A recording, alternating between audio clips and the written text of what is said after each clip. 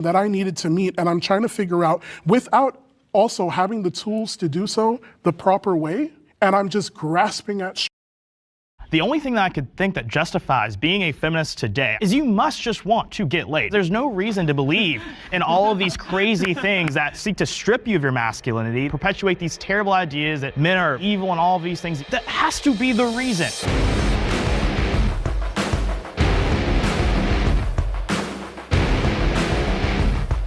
Step forward if you agree with the prompt. Women have it easier than they think they do.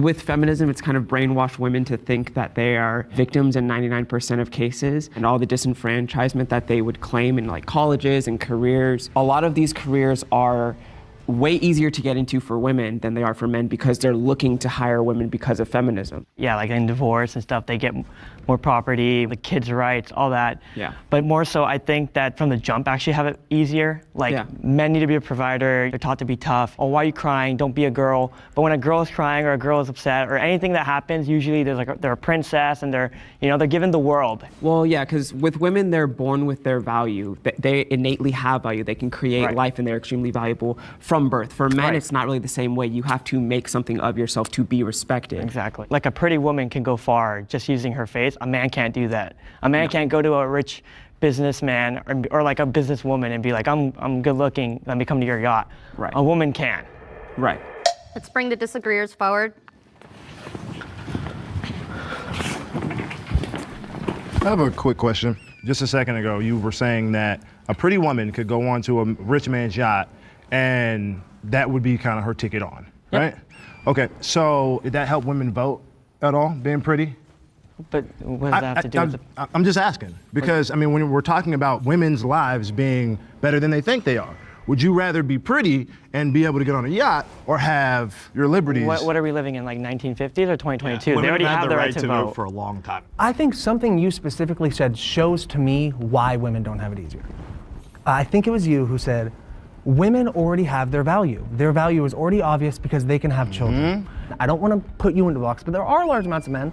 Women are people that have children and then they raise the child and they be quiet. And I think that is a problem. Not at all. I think what was really evident to me when both of y'all came up and talked was how indoctrinated into the patriarchy you are, right? You both come up and say, as men, we have to prove something. And those expectations that you put on yourself is a direct result of patriarchy and the systems that feminism is trying to dismantle. As are the values that women have that when they were born that you're talking about. Women did not create those. Right. Men did. Those are God ordained. Men and women are both equal under God and in value as human beings. In Genesis, you have a creation of both men and women that are made in God's We're image. not about we to are quote both the Bible and like some feminist Hold on, but I mean, we can. We're operating in a country where there's a separation of church and state. You cannot use religion as a motivation to make legislation. If I hear one more person use religion as a reason to not give rights to people, I'm probably gonna fucking explode.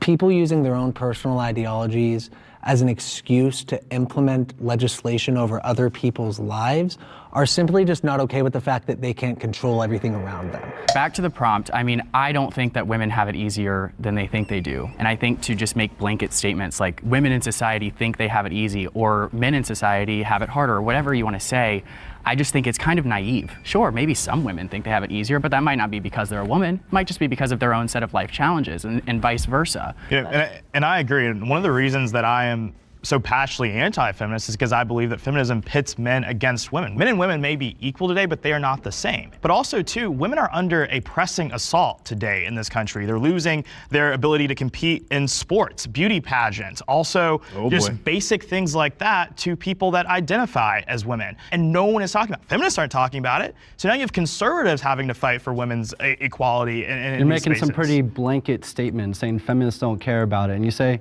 you think that all women just are against men. To answer your question, yeah, you're talking about women. Women are not all feminists. Yeah. There are plenty of feminists who are very anti-woman. You know, you saw it during in the political era where you have people who will attack Kayleigh McEnany and Kellyanne Conway because they aren't pro-women. They're not for the girls. So you... Actually, we have like just a little bit left. I haven't heard Kevin yet. Yeah, When you talked about the pressures of being a man and having to provide and having to prove your value as a man, I think those are real challenges that men face. That's why women have it harder too, because they are also being impacted by how aggressive men feel like they need to be able to secure the role that they have to play in society. But the reality of today is that because of the systems that we're in, the patriarchy is negatively impacting not only women, but also men. There's no wrong reason to get an abortion. So that's pro.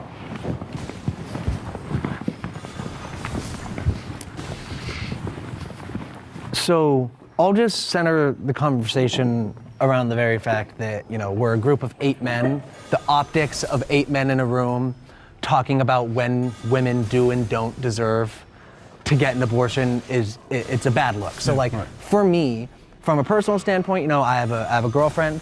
There might be some reasons on a personal level where her and I having that conversation together, I might say, oh, I think we should do this, I think we should do that. On a legislative level, I don't feel confident enough to legislate when someone is and isn't allowed to get health care. Because that's what abortion is, it's health care. Yeah. One of the paramount ideologies of, I guess, being a quote-unquote male feminist is just the ability to mind your own business.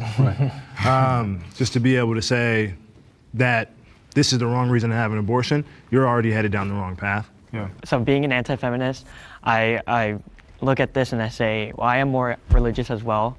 As am I. So I want to say I'm more pro-life, right? But if a woman decides that they want to not give birth, it doesn't matter the reason. Maybe she's not wealthy enough. Maybe the father left her. There's so many reasons. And then I also look at just gun violence and how we're birthing kids and we raise them and send it to school, knowing that it can get killed. I don't know. I would feel like it's not a safe. It's not the best world to be raising a child in. Exactly. I think a patriarchal element, even in your answer, not to combat or what have you, the idea of trying to cycle through the reasons why and going, yeah, I guess those make sense, is still, in my opinion, patriarchal. Even though I was on the feminist side on that topic, it feels like I was put in a position where I was framed as wrong. It felt like you aren't allowed to have this opinion on this topic because you're not a woman. And I think that's kind of bullshit, to be honest. Off the top of my head, I know that was mentioned earlier that abortion is healthcare, and I first want to push back on that. Abortion is not healthcare. Healthcare preserves life, it protects it. It doesn't take it away, it doesn't eliminate it. What about the woman's life? But when you exterminate a child, that is doing harm. Oh, but it's that not is always not a child, right? So it's a discussion when it becomes a child or not. That's not a gray area, that's not a line. It is actually scientifically proven. It is a separate strain of DNA at conception. If you ask any doctor... But if you took that clump of cells out, would it survive? It's not a clump of cells, that's why you call it a termination. Scientifically, it is a life at birth, and scientifically, it is at conception. At conception, it is a life, but it is not a human. So look, though, the thing is, when you say it's about protecting life, abortions are protecting lives of thousands of women who maybe are not able to at have... the expense of another life. But you're already prioritizing that other life over the woman who's carrying that life. Because of patriarchy, too. Because of patriarchy. That's why you're doing it. Because of patriarchy, you're basically saying that so what if we're these aborting a cells female are more baby? important than the woman. I think it's absolutely shameful how flippantly our society has begun to treat the topic of abortion. You are literally exterminating an unborn child. To protect the life of another woman. Then don't have sex without protection. Really, you don't have get sex without contraception. protection. How about you don't have sex without protection? Well, I don't have a baby. I don't have a baby. Tell them what they can do. Stop absolving women and men of responsibility in treating grown-ass people like they are children. Again, we're not emphasizing any of those things. Right. We're going straight to women and making it their problem. Well, it's a man's problem as well, because if a man gets a woman pregnant, that is his child as well. So one of the things that's really important, what abortion does, is it puts all of reproductive rights in the hands of women when it takes both parties.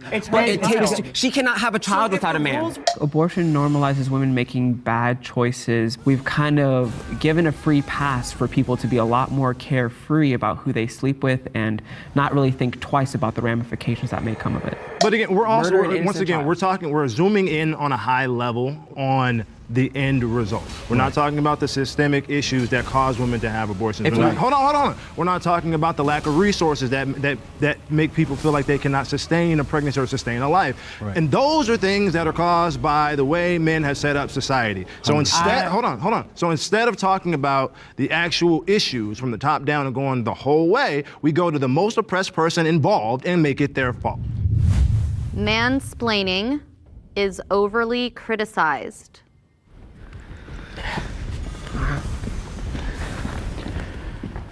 I frequently come across videos online where like a man will respond back to a broad generalization about women, and they'll be like, oh, you're just mansplaining it, as if men aren't allowed to have a voice in the conversation. And I think that the term itself, it's just not really defined. And mansplaining is just not real. Yeah. Like it literally is a man explaining something, and these people get angry about it. Like that's the reality of the times in which we live. And it hurts the ability of men to have conversations with women, because you think, oh wow, if I explain this issue to her, then I'm gonna be accused of mansplaining, or I'm gonna be accused of being sexist because I don't think she understands it. That's toxic, and it hurts women, it hurts men, and it's just not a way for us to have a functioning And society. at its core, it's completely hypocritical, because the feminist plight is that women need to have a voice and they're being told they can't have a voice. And then they turn around and do the exact same thing and say, you're mansplaining me. You shouldn't have a voice about this topic because you're a man. And we're targeted because of our identity, and no one cares about it because we're supposedly in positions of power, so we don't get to be victims. We don't get to say, oh, you should feel bad for us, because we're men, so we don't get to have the luxury of having the benefit of the doubt of society or the media or any of those things, and it's a shame. It's a shame. Right. Yeah. I'm going to speak about mansplaining from a different perspective, because you guys are talking about controversial topics. I'm going to talk about it from just like a day-to-day perspective. In my relationship with my partner, how I try to be really mindful of mansplaining is when she is sharing her struggle, I think a tendency that can be conditioned in me through just how men dominate and want to have to solve problems and all that, is I want to jump in and just solve it and try to explain what's happening here and try to question her experience and be like, hey, like, well, did you think about this? Did you think about that? Well, I see this. That inherently in itself comes off as mansplaining, because what is the counter to mansplaining is actually getting consent from the other person. How do you want to be supported? Do you want me to support you and listen to you, or do you want me to help solve problems? It's also, mansplaining is also not just a man having an opinion. Right. That's not the situation. The idea is when a man interjects an opinion that he either is not fully educated on or does not have the appropriate empathy to be able to talk about. How is that different than a woman doing that? Yeah, exactly. That's my issue. Then feel free when a woman does that to say you're womansplaining. I don't think that there's a reason that term doesn't exist, that's because you're childish. not allowed to do that towards women in I society. promise you, if you did that, it would be just fine. You just invented It would be just fine. Well, I think the difference is, though, when if that were to happen to men, it wouldn't quiet our voices to being completely unheard. My wife is a physics and math teacher. If she has the answer to a question in a staff meeting, she's going to have to be louder than the men in the room, because that is the way society has conditioned people to operate, especially in male-dominated spaces. Yeah. That's what mansplaining is. I have one more question. Is it about the word? Yeah, that's what I feel. Is it about we keep the on getting words? hung up on like words No, like it is. Y'all really mansplaining don't. Y'all have a lot of and problems with a lot of patriarchy, these like, languages. When you say mansplaining, Yeah. you have to understand that subconsciously we're already creating a divide, when really a woman can mansplain by definition the way you guys are explaining it, and that's just as wrong as if a man does it. So why is it called mansplaining? Why isn't it just disrespectful? So when your life is not at stake, when you're not being attacked, I think you can focus on language. When you're not at risk of being... You live in U.S., dude. That doesn't Men are happen. attacked every single day. Women are attacked more. But I think from a societal standpoint, you guys talk a lot about social conditioning and how women feel uncomfortable. But don't you think this narrative that you're saying right now is contributing to that? Telling women that they should be scared when they're in an environment full of men. Telling women that, you know, they are oppressed, they are this, they're that. By telling women they're less than Let men. me respond to that. They're not telling them that. They're validating the fact that that's the reality. Right. Women should be encouraged to be financially independent of men.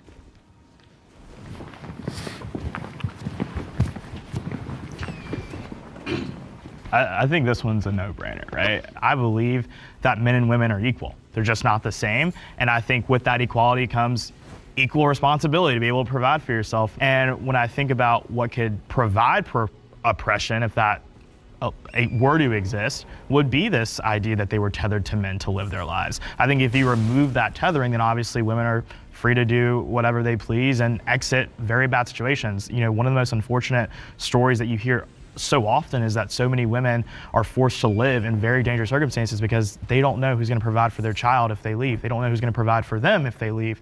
And so I think financial independence for anyone is always just a good idea. Yeah, I want to speak about this through a different lens. I think it should be like women should be empowered to be financially independent. Encouraged versus empowered takes a different sense of support. Speaking to how men feel the need to provide. Sometimes when a woman makes more than a man, men can feel like they're less of a man because the woman is taking more of the boss and provision kind of role in the household. So I think that it's important to be able to equip women with being able to feel like they are empowered.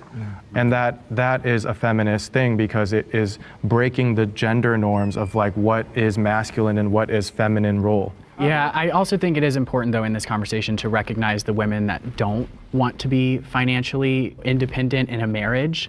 There's a lot of women in our country that enjoy being mothers, and I think being a mother is one incredibly valuable. Yeah, exactly, and that doesn't necessarily mean that they're stuck in their situation because they're doing something very valuable by sacrificing that freedom in order to raise our next generation. It's just giving a choice, right? And their love is their labor, right? Right, Their love is their labor in their home. Okay, I have a few different thoughts. One of them would be the importance of the family. I think women should go out and be financially smart and know how to make money and be able to make money for themselves. But being independent of men leaves this notion of that you can never trust a man or that men are unsafe. And the problem that this brings is in the family. I think Can I ask you why? Hold on, I'm just going to finish my thought. I'll explain. With the nuclear family, you have, and this is for both men and women, they're the most happiest when they are in that kind of dynamic. And to your point about marriages where women makes more than the man, that's one of the biggest indicators of divorce. And I think there is a societal and honestly God-given responsibility for a man to provide. So when men are told that women are going to be independent of you, you're stripping away a lot of their purpose and responsibility to be caretakers of women and to provide for women. I would also say that the biggest group of people that are on antidepressants, and it's 1 in 4, are women that are 40, have a career, and have no family and no kids. Which is the real meaning of life is community, family, and relationships. Can I respond to one specific thing you said, which is the demographic of women over 40 taking antidepressants, and you're using that as proof that they're the most depressed group. Men just kill themselves. Yeah. So all the men that have killed themselves, if they didn't do that and we're still here, men would predominantly be more depressed. There's no basis for that. But also the men statistically kill themselves more. But we're talking about two completely different points. Well, I think he's just saying that statistic is a little bit difficult to process. It's out of context because the men that there's other factors. Yeah, there's other factors. There's always going to be other factors, but that's a clear indicator that women at some point, whether they started wanting a career, will eventually want to fall into a role of being a mom, having children, because that is what women derive the most happiness from. We got a lot of studies and stats over here, which is cool. But when we're talking about financial literacy and financial freedom, there are a lot of women that have the ability, that decide to step back, all those types of things. None of that has to be taken away or omitted in order for them to be empowered. People should be able to do in their households what they want to do. Right. And I don't think anybody's trying to take that option away from women. I think y'all think people are, but I don't think that's really happening. But they are. But they are. We see that in society today. People demonizing women for choosing to stay at home. Female empowerment also means empowering women, again, to make the choice that fits them, their choices, and what they want to do. Right. It is just as powerful, just as influential, just as important as a choice to make to raise your kids at home, if that is what you want to do, and also be the CEO of Walmart if that's what you choose to do. We can empower women to be girl bosses, whatever you want to say. Would you empower a male friend if he told you that he was going to quit his job to be a full-time stay-at-home father? If he wants to. What? So cash in, buddy. That's good. I just want to make sure because you're only defending women who get demonized for doing this, and you're not advocating for men to want to step up and do that too. You're only because most men don't want to. Why not? Why don't you want because men? they don't want because to. They just don't want to. I don't want to. I just want to make sure I follow your Are logic. you pro choices or pro less choices? This is a trap. This is a trap. What do you mean by that? Are you pro-choices? Are you He's pro-less trapping you. choices? When I asked him why he doesn't encourage men, he said because they don't want to do that. So then why is it a problem Because if it's women about don't want to be choice. stable? I'm not encouraging It's women to women's stay at choice home. too. I'm not encouraging But women to he stay at never home. said I'm that. saying that they have a choice, and I'm not for taking choices away from women. You may be. I don't know. All right, reset.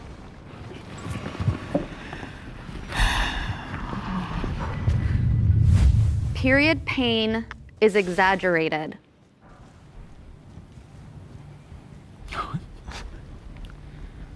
Okay, I'm glad no one stepped forward for that.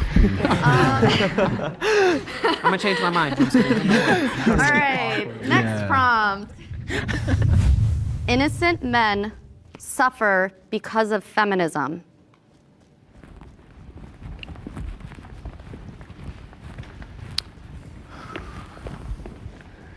So I think today in 2022, feminism has changed drastically, and I think it's really turned into demonizing masculinity in men while promoting masculinity in women, and with that, good men are being pushed to the wayside and pushing parts of themselves down and not embracing their own masculinity because society is telling them that it's wrong. 100%. I think like anything that is deemed masculine is seen as now toxic.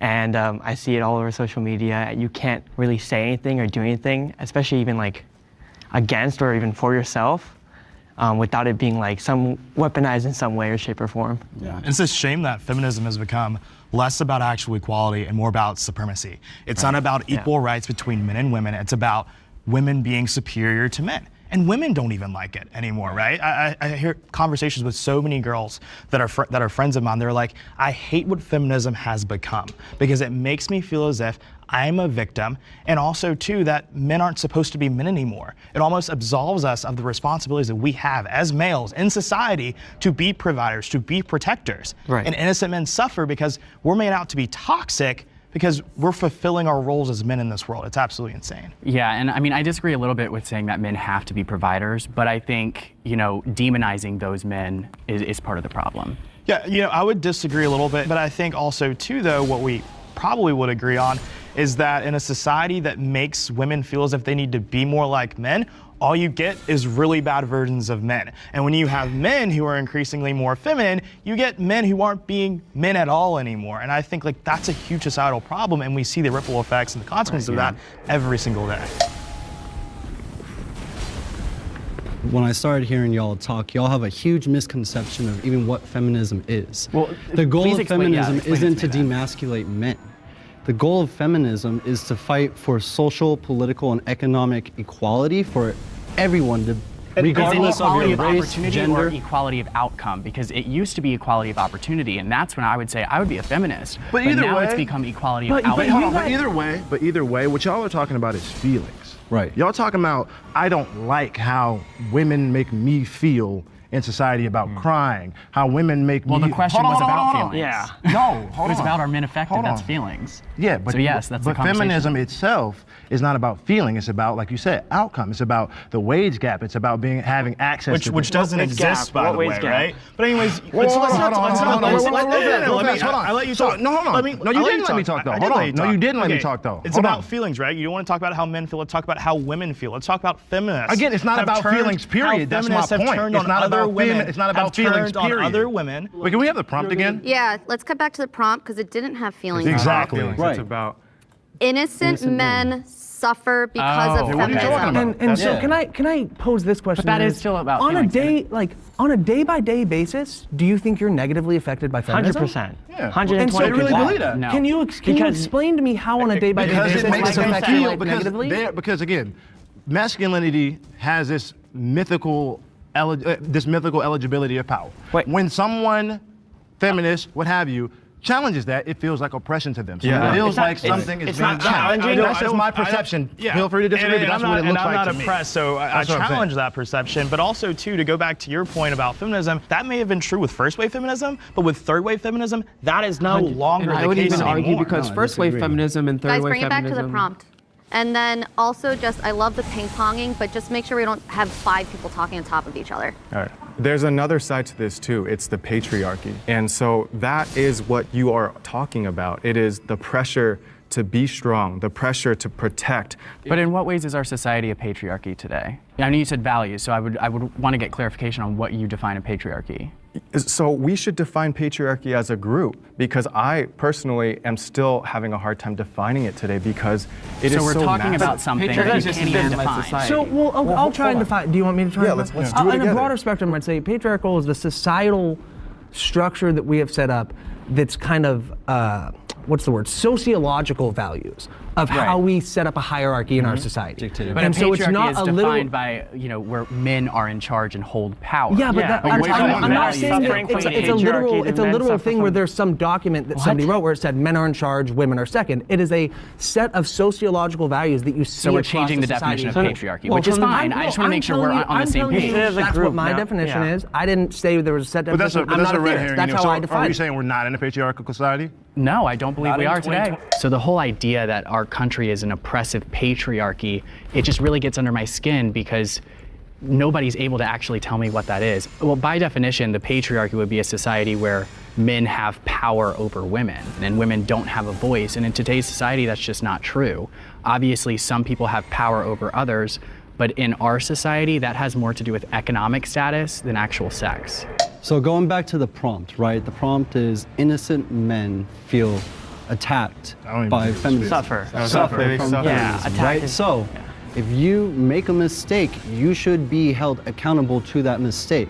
Now with the forms of internet coming out and communication going everywhere, y'all are talking about feeling attacked for being able to say certain things or not. Not attacked. If you I just are- think that psychologically, It that does some suffer. innocent men do suffer from But I the would say they narratives that also are pushed from suffer feminism. if you're speaking about laws. I think feminism has changed a lot of laws Like that what? now all are women beneficiaries. So if you look at divorce courts, if you look at family courts, if you look at abortion, if you look at a whole host of laws, all of them are women primary. Men are heavily affected by those. So going back So to- I disagree actually on that. I don't actually agree on the whole loss stuff.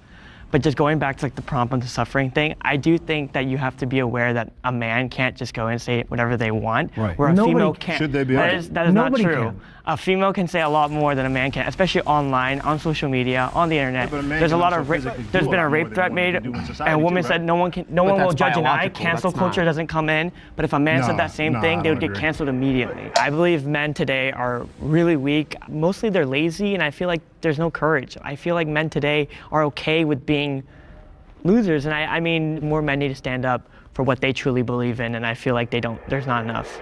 Back to the prompt. Do innocent men suffer from feminism? I think look at with this entire Johnny Depp Amber Heard situation that happened this past year. You have all of these feminists rushing to the camp to defend Amber Heard, and then all those things come out during that trial. And people are like, maybe Johnny Depp isn't the horrible guy that we thought he was, right? So that is an example of feminism radicalizing these people to just be like, I'm going to be anti-male and I'm going to go root against this guy. But to the point have of the that turned political. How is Johnny Wait, Depp wait, a wait, victim guys, of we the have system? like He had his day we in have 30 court. seconds left on this prompt, so just finish your thought. But yeah, but also to Brett Kavanaugh. Big example there. You have all these allegations that come up when he's going to be the Supreme Court justice that never came up before. Right, exactly. What did that do as far as enable people who have fake accusations to say, I'm going to ride the coattails of the Me Too movement and ruin innocent man's life? Really quick though, That where's is Brett wrong. Kavanaugh right now? He's on the Supreme Court. He's on the Supreme Court. Well, that's Thank crazy. God, And because then truth Johnny won the Depp, day. was he Because truth convicted won of the a day. crime? Because you truth still won the suffer. day. But that's the point. He So, won like, in yeah, spite of suffering feminism. does not equal There's a because of it. pendulum, and for a really long time, people weren't called out for things, people weren't held accountable. So now, yeah, the pendulum's swinging. Maybe there are going to be some false accusations and stuff going too far. I would rather have 1 million false accusations, like over 1 million people that deserve to be in jail not being in jail. Do you see what I'm saying? Like, I'd rather people go through false. You'd rather have 1 million people that agree are to guilty disagree. on the streets than a Than have million 1 people million. that are not guilty have to go through a trial. I would All rather right, have. reset.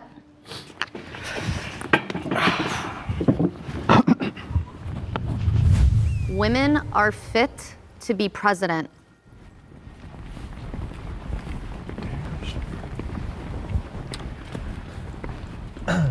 I mean, really, this is a no-brainer Yeah, for me. right. Yeah, I think that this is. I expected this to be unanimous, but I think this will probably be the biggest agreement amongst the group today. I think that anyone who's born in America above the age of 35 that's not a felon You can be president. Right, and I think a lot of times in these conversations we focus on the differences between men and women, but just, based off of studies, men and women are very similar creatures. I mean, we're the same species, we think the same on most levels, and to say that a woman can't do the same job as a man, to me, is completely regressive.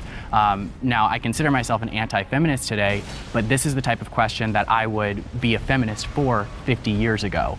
To me, it should be a unanimous, thing stepping forward, but I look forward to hearing what they have to say.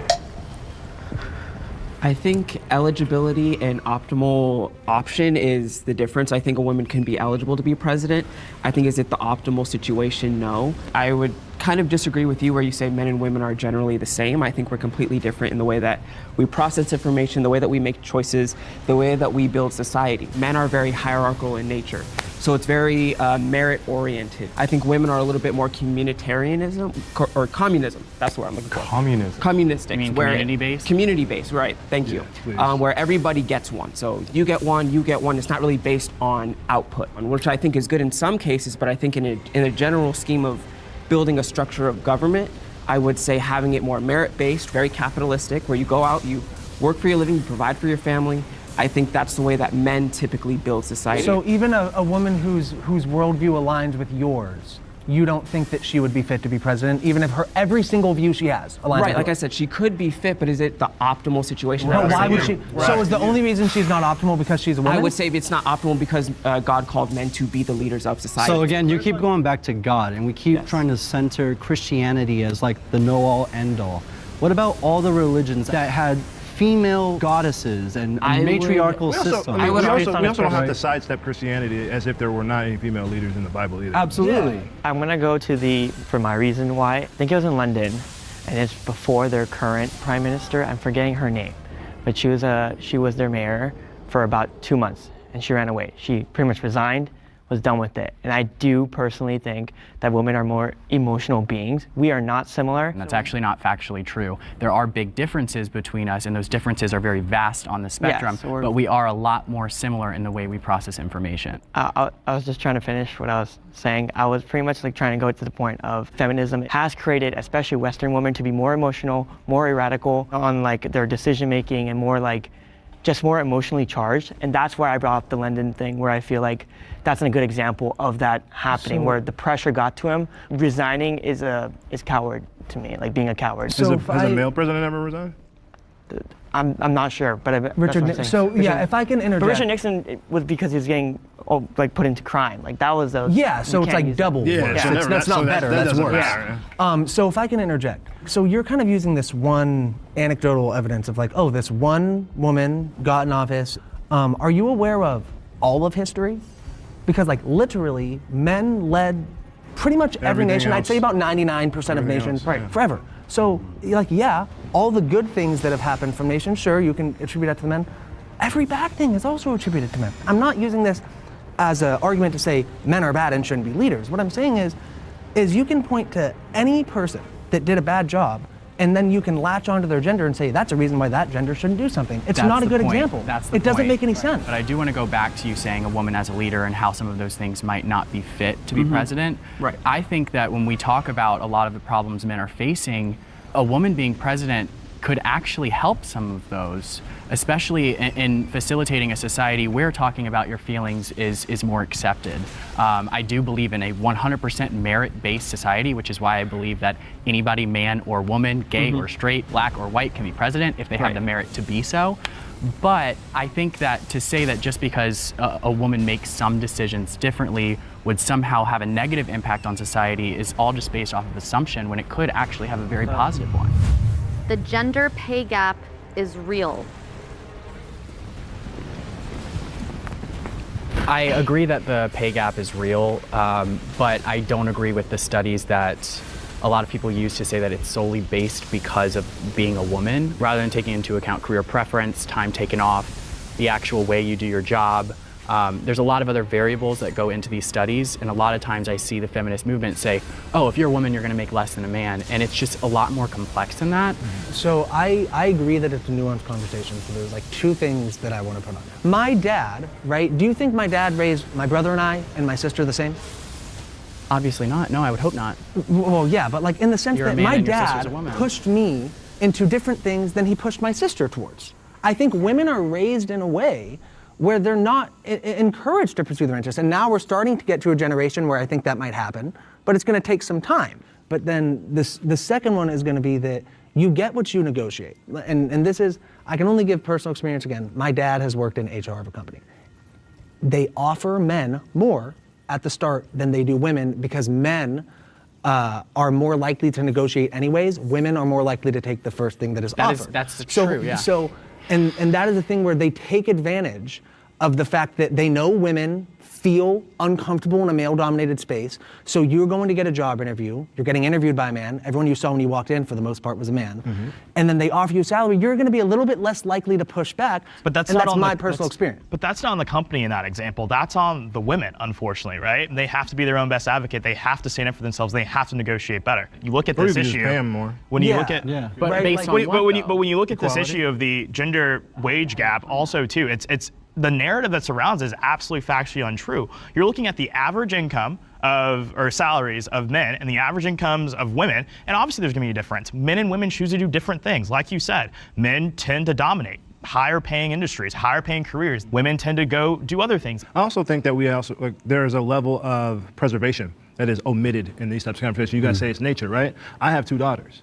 If I push my daughters into a male-dominated space, bricklaying or something like that, who are my kids going to have to work around?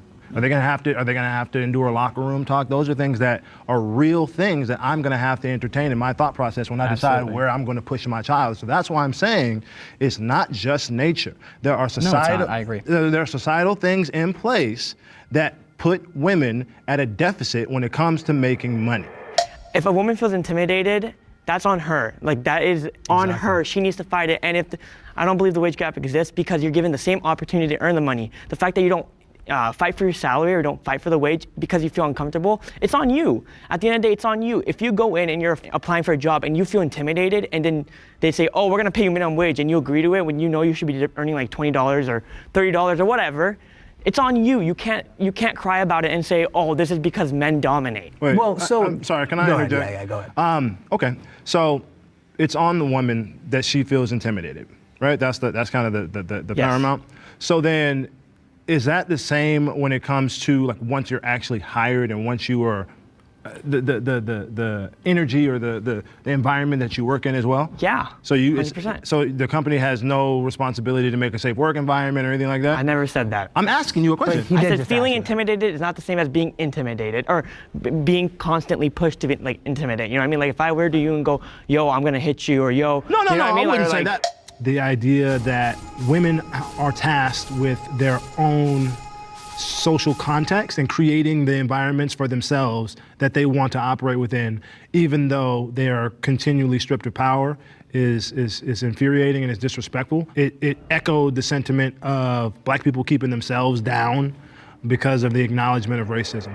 I think we'd all agree teachers, nurses, medical professionals, objectively important jobs for the fabric of society. in the United States. And it's we just and a we we clearly undervalue these industries that are women dominant. Do you think that that's just a coincidence? No, where I would agree with you is I do think that teachers and nurses should make more money, but that doesn't factor into the point that there is a pay gap because if a man goes to be a teacher, he's still going to get paid the same amount as a woman. All right, So it let's doesn't take a really job. matter. Let's take a job where men and women both participate. Like World Cup's going on right now. Look at the U.S. American men's team and the women's men's team is also significantly more skilled than the women's team and brings in a bigger and more audience. people watch Skilled it. how? More people They watch play it. this- Do you think people that play in the But they don't- WNBA should be making the same thing as NBA they- players? Exactly. I don't But they think should be getting the NBA same or share. WNBA players The should be same- making No, more that's not than my question. teachers. That's not my and doctors. question. In 2022, women are not victims. But yet we live in a society that glorifies being a victim, glorifies being oppressed, glorifies people feeling bad for you, when honestly, all it does is, again, it provides another disservice to the people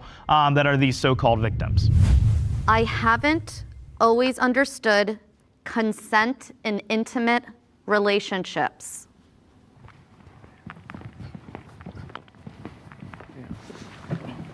One of the problems is consent is not always clearly communicated, and I think that's one of the things that it has kind of been weaponized against men, and whether the woman wasn't excited about it, or she didn't like the guy, or she was drunk, or all these things that they can use to remove their consent and their responsibility in that.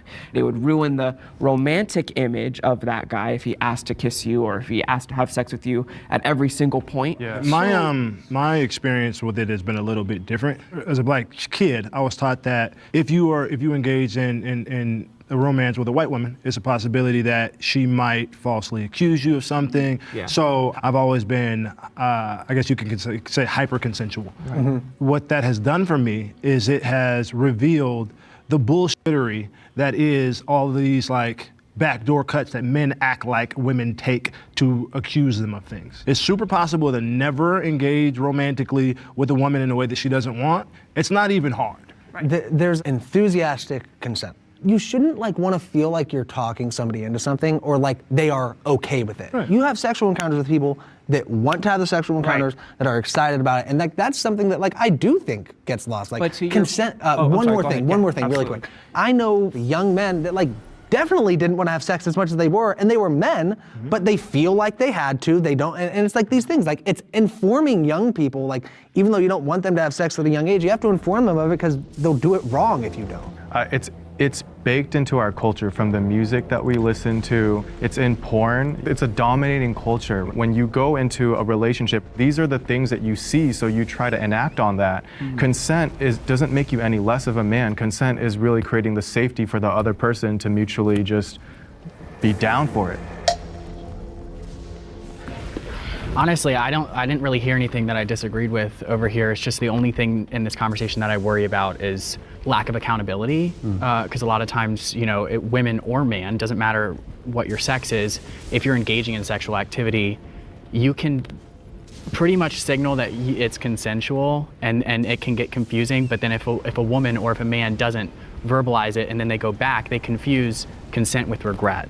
And I've seen that a lot in court cases or just throughout our culture. But that's where the coercion thing comes, right? And like the context around, like the context surrounding, like if they were to say no, would they have been safe? Would there have been repercussions? But are you putting them in a position where or is that on the woman? Because if they agree, it depends on the situation. Unless they were raped. Like the Harvey Weinstein thing, like if any of those women say no, their careers are ruined. Right. They're in danger because they're in a, that is like so. Totally It's the context. I don't think that false accusations, especially for sexual assault, are anywhere near as common as people want to make them out to be.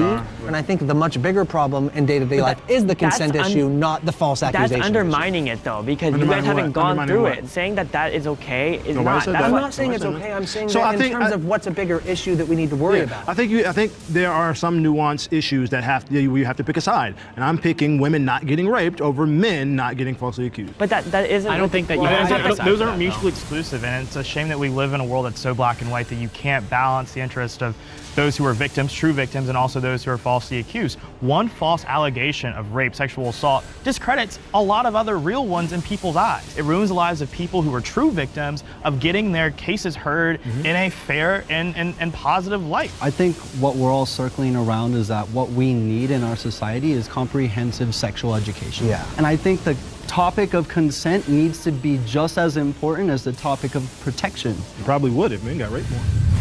Male feminists are in it to get laid.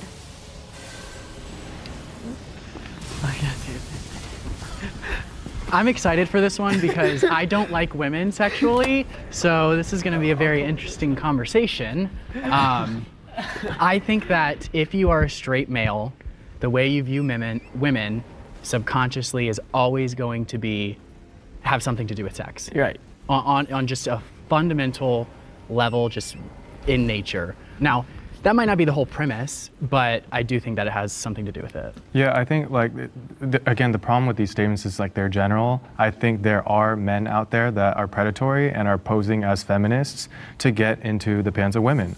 And even on a more like micro level, like, so I was literally just watching a recent Jubilee video, and it was one about a man, he was a self-proclaimed pickup artist.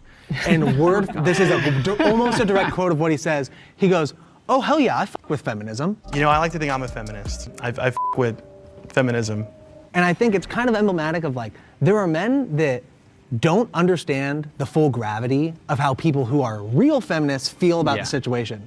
And they kind of see it as like this, like, oh, this cool, hot social issue. And if I talk about it, it puts me in the group of the good people. And I don't think it's always heinous, while there are people that are doing that. Some of it's just like such blatant ignorance that they lack the understanding. Yeah, I think even the posing of the question is indicative of the truth of the matter, that I think a lot of the time it is that, because if you align yourself with a lot of the more traditionally toxic masculine traits and you're not viewed as on team woman, then you're not going to be in line with a lot of Western women in today's society. I have a few like friends that go to these parties and they're like, oh yeah, fuck Andrew Tate. They all watch them, but they'll be like, oh, fuck Andrew Tate, just so they can get laid, because they know that's how, you know, a woman will feel like, oh wow, they're listening to me, or oh wow, they agree with me, and feel a little more connected.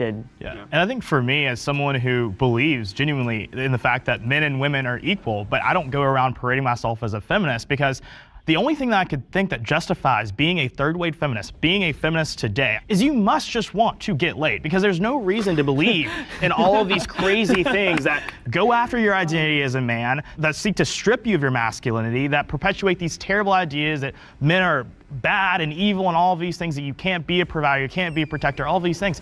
I think that has to be the reason. Like, you have some to of want us to get don't laid. identify with. Me personally, I don't identify with masculinity. I might show masculinity, but like I don't think feminism is taking anything away from me. But I think that's a societal problem, though. The fact that masculinity itself has become a dirty word is a problem. I didn't say it's a dirty word. I'm saying it doesn't matter. Why do you choose not to identify with it anymore, even because as a man? because when you say it, nothing in my heart feels anything. It's just a word. It's just a. I don't think anything I do is because I'm a man. I think that it's because of who I am. Yeah. Well, Let's hear it. I think to your point, asking like, why would any man be a feminist? So I just think that we don't all view feminism the way you do. Similar to the way the Black Lives Matter movement has been moved and changed and developed in terms of the way that people identify it. The things that you speak about when you talk about third wave feminism is not what I mean when I say that I am a male feminist. And so, yeah, no, if you can't understand that me wanting to make the world a more equal and level playing field for my two daughters, for my wife, for my mother and my mother-in-law, and standing in front of people who want to take liberties away from them, that's the reason why I am a male feminist. It's a perpetuation of oppression that I'm trying to dismantle. And for me, I think we're taking this from a very heteronormative perspective, right? All my friends aren't straight women. So I'm not gonna look at my non-binary or LGBTQ friends and be like, oh, just because I can't have sex with you, I'm not gonna fight for your rights. There is no personal gain for just saying that we should be there. Two things can be true. I agree with you. And I think a lot of us agree on what we're talking about. It's just these labels are in the way of getting us to that. It's also a blanket statement. One thing to build on top of too is, to an extent, leading men to want to take advantage of women is the very pressure put on by other men. Yeah. That if you're not sleeping around, if you're not getting laid, you aren't and that doesn't come from women, at least from my experience. That's and patriarchal culture. If men were a little bit like so, I'll say this now. I didn't lose my virginity till I was 22. Now I'm fine with that. If you asked me at 21 how I felt about that, I would change the subject as quickly as I possibly could, because I was ashamed. They make of movies it. about it. Right. Yeah, dude. Like, I mean, I was ashamed of it, but you know, that's part of the patriarchy. This is gonna be the last prompt. No. I want to hear everyone speak. I want everyone to get their voice in. Be mindful of folks that are trying to talk. Step forward if you agree with the prompt. I like living in a patriarchal society.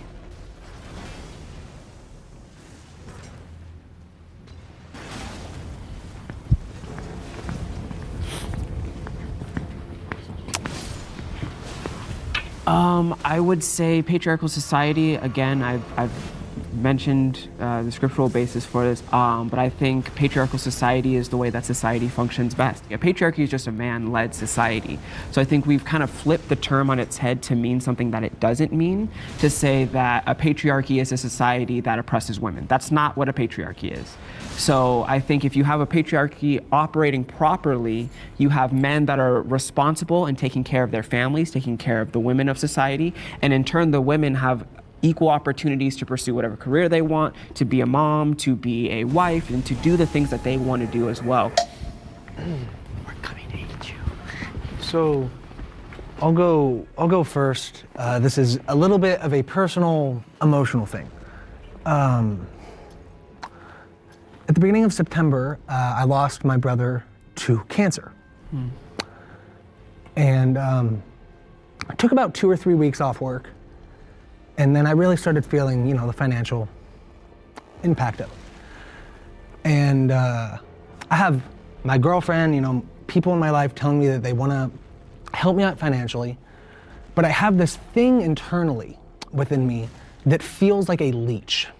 In some way, shape, or form, that is because of this thing this expectation that we put on men to be providers. It's really fucking hard. And I can't explain why. I would have liked to have a little bit more time than 3 weeks before I had to start worrying about fucking money again after my brother passed away. And I do feel like that kind of is a direct result of the patriarchy. And I know that it is myself, it's my personal feelings, but I think it stems from the society that I grew up in that I'm even feeling these things to begin with. I'm sorry for that. Yeah, to start, I want to say I'm really sorry for your loss, because I can't even imagine what it's like to lose a loved one. So I want to thank you for sharing your story. It's really important for people to hear. But I don't think that it's accurate to blame a horrific situation on one aspect of society or the patriarchy or this without any solid basis. So I think that's a fair response. And to clarify my statement just a little bit, that's more of a communal problem. I wish there was a little bit more of a stronger community sense within our country. And correct me if I'm wrong, but I feel like a patriarchal society is not one of support. It's one of merit. It's one of bootstraps. It's one of strength. Competition. Yeah, it's competition. You said that a merit-based society is somehow correlated with the patriarchy, and I don't see the correlation there, because if you look anywhere in nature, everything is merit-based. Lions in the safari, it's about strength. It's about, competition. That's just how our world works. And my biggest flaw with feminism today, or any social movement really, is that some things are just inherent to nature. So to try to solve equal outcome and solve all of these problems, it's just naive, and it takes away from actually solving the issues that are in front of us, because it's a delusion. There will always be winners and losers. Yeah. I just wanted to go back and, we've been asking, what does patriarchy mean, right? I don't think it just means male-led. What I'm trying to dismantle is the institutions in our society reinforcing that males are superior. A lot of societal institutions and staples of our society are reinforcing that narrative that men alone have to take on that mantle of being the one to provide, being the one to lead the charge on fixing a problem, right? Where, like what Tucker was saying, we all experience emotions and, react independently, and we look for community. Yeah, so I think a direct combat towards the patriarchy is emotional intelligence that we haven't actually talked much about today. We keep going back to business, money, and all these different things, because those are things associated with manhood. But if we really want to shift the dynamic, it's about how do we own the emotional parts of ourselves as men, and that is not a conversation that is had in society enough, nor is it supported. In a patriarchal society, it impacts men in a way where we feel like we can't let the armor down. That's what the difference between you're saying third wave feminism versus first and second wave. I feel like now it's about superiority. When you're saying you're mansplaining, or when you're putting that men do this, or men take advantage and men do that, it makes it as we're your enemy, when in reality it should be more about working as a team, right? I have a clarifying question. Yeah. So you were describing that it's shifting to matriarchy, right? Yeah, matriarchy. Just more like being against, when you're demonizing men for their actions in general. Yeah, so when we're moving towards a socially matriarchal society, it's mansplaining and it's men being canceled. But when patriarchy is in place, we're dealing with issues of wealth. We're dealing with issues of healthcare, whether you consider it healthcare or not. We're dealing with issues of safety. We're dealing with issues of liberty. We're dealing with issues of choice. It seems that matriarchy is less, oppressively heavy, because all I have to deal with is you not liking what I have to say. Whereas in a patriarchy, I can't make as much money. That's worse. Well, it's not just about disagreeing about whether or not it exists. And the fact of the matter is, even in a patriarchal society, which doesn't exist, men and women can still go and make the same amount of money. If women majored in higher paying fields of study, they would make more money. When we talk about men's mental health, I separate it from patriarchy because I think that to be expressive about what you're feeling and what you're going through, you have to be strong. And being strong, I associate that with being a man, being masculine. Maybe society would like to beat you up for that. Maybe that's why men are likelier to commit suicide. But that is still an example of strength. I think that as we get further and further along the generations, we need to start preaching to young men the type of strength that you were talking about. Self-awareness, discipline, and honesty, emotional honesty. Not being tough and not like, being able to go through a lot, but being aware when you're going through something, when you're struggling, being able to articulate that, right? And doing it to the right people at the right time. I think that is what strength is. And I think that that's a positive message that we could communicate to the next generation about masculinity. We ended on consensus. Yes, that is a wrap on male feminists versus male anti-feminists. Nice job, y'all. They say they hate men while trying to become men. Not true. That is true. She was f***ing raped. I am a woman. Oh, you're a woman now? Give you guys a hug, man. You guys are awesome. Yeah, I'm sure having a conversation. It was fun. I really do want to give Making some pretty blanket statements saying feminists don't care about it, and you say you think that all women just are against men. To answer your question, yeah, you're talking about women. Women are not all feminists. Yeah.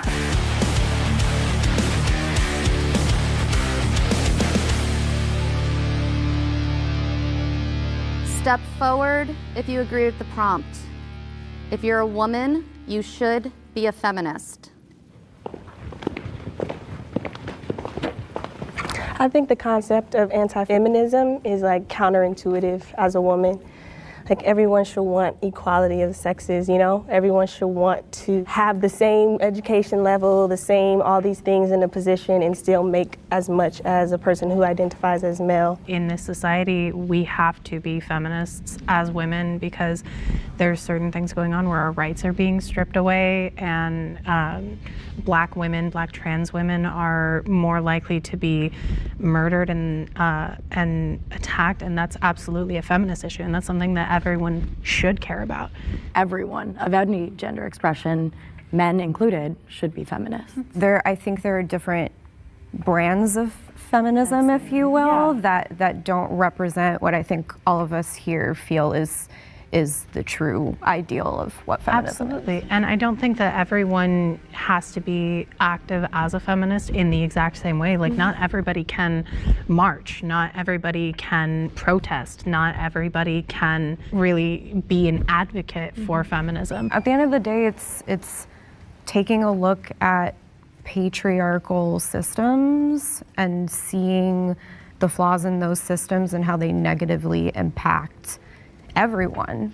I pause on that thought, and the disagreeers step forward. Define woman. Go, please. It's one of you. A person who their internal idea of what they are is a woman. Terrible definition. Coming from a lesbian, that destroys the very concept of our sexual orientation. Just saying that it's an idea. Why? Why? Why? Because you can't be connected and sexually attracted to somebody's brain. Let's make sure to keep it to the prompt. If you're a woman, you should be a feminist. Why do y'all disagree with that? Okay. I completely disagree. Exactly 2 years ago, if I had done this, I probably would be a feminist. But then I started to look at, and I think the agreeers actually mentioned is, like, what do Black women gain from feminism? Because I remember even during Black Lives Matter, when I led 2 protests for Black women, and I counted how many white women I saw there, and the ones who were there, who were just there to take pictures for social media, and then the Black men also hiding behind us. Everyone, the whole world hides behind Black women. Enough. Same thing that's happening. Look what's happening in Iran. People on the feminist side right now are not speaking up for those Iranian women. I have a friend that is a trans woman living in Iran right now. It's miserable. Nobody stands up for that poor girl.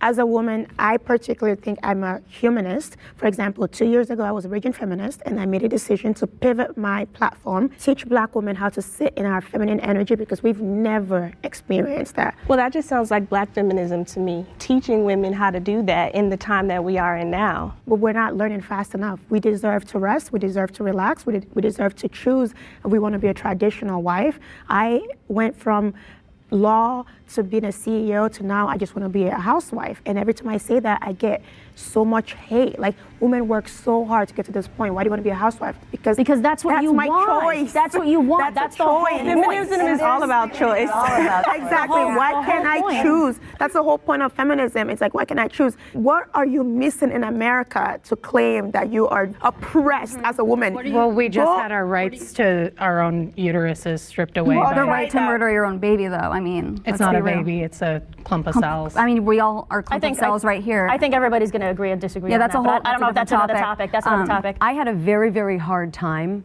not stepping up to that prompt because my whole life I did consider myself a feminist.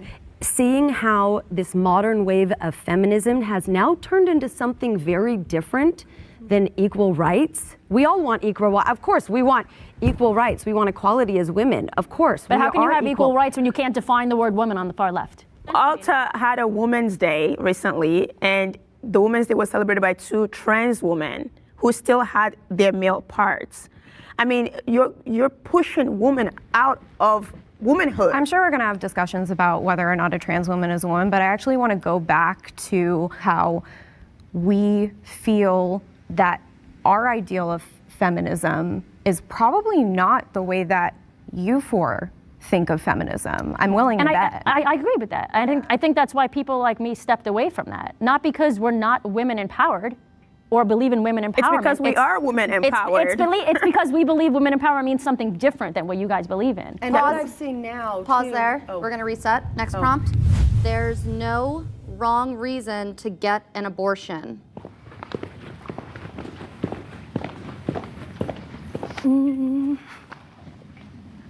Okay.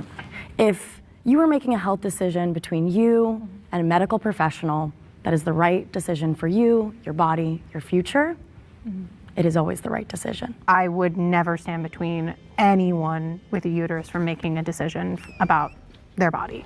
No, yeah, they're like, you can do it. You can have this health. You can have this health care if you are a victim of incest or a victim of rape. It's like you should be able to have access to that. What if you want it? You know, it's about. It's the same as going into the doctor and getting a routine check. If there's something for your body that you think will, you know, not just benefit you, but help you live and also help you sustain an actual good life for your child, then that's what you need to do. And yeah, financial is a huge thing too. It is.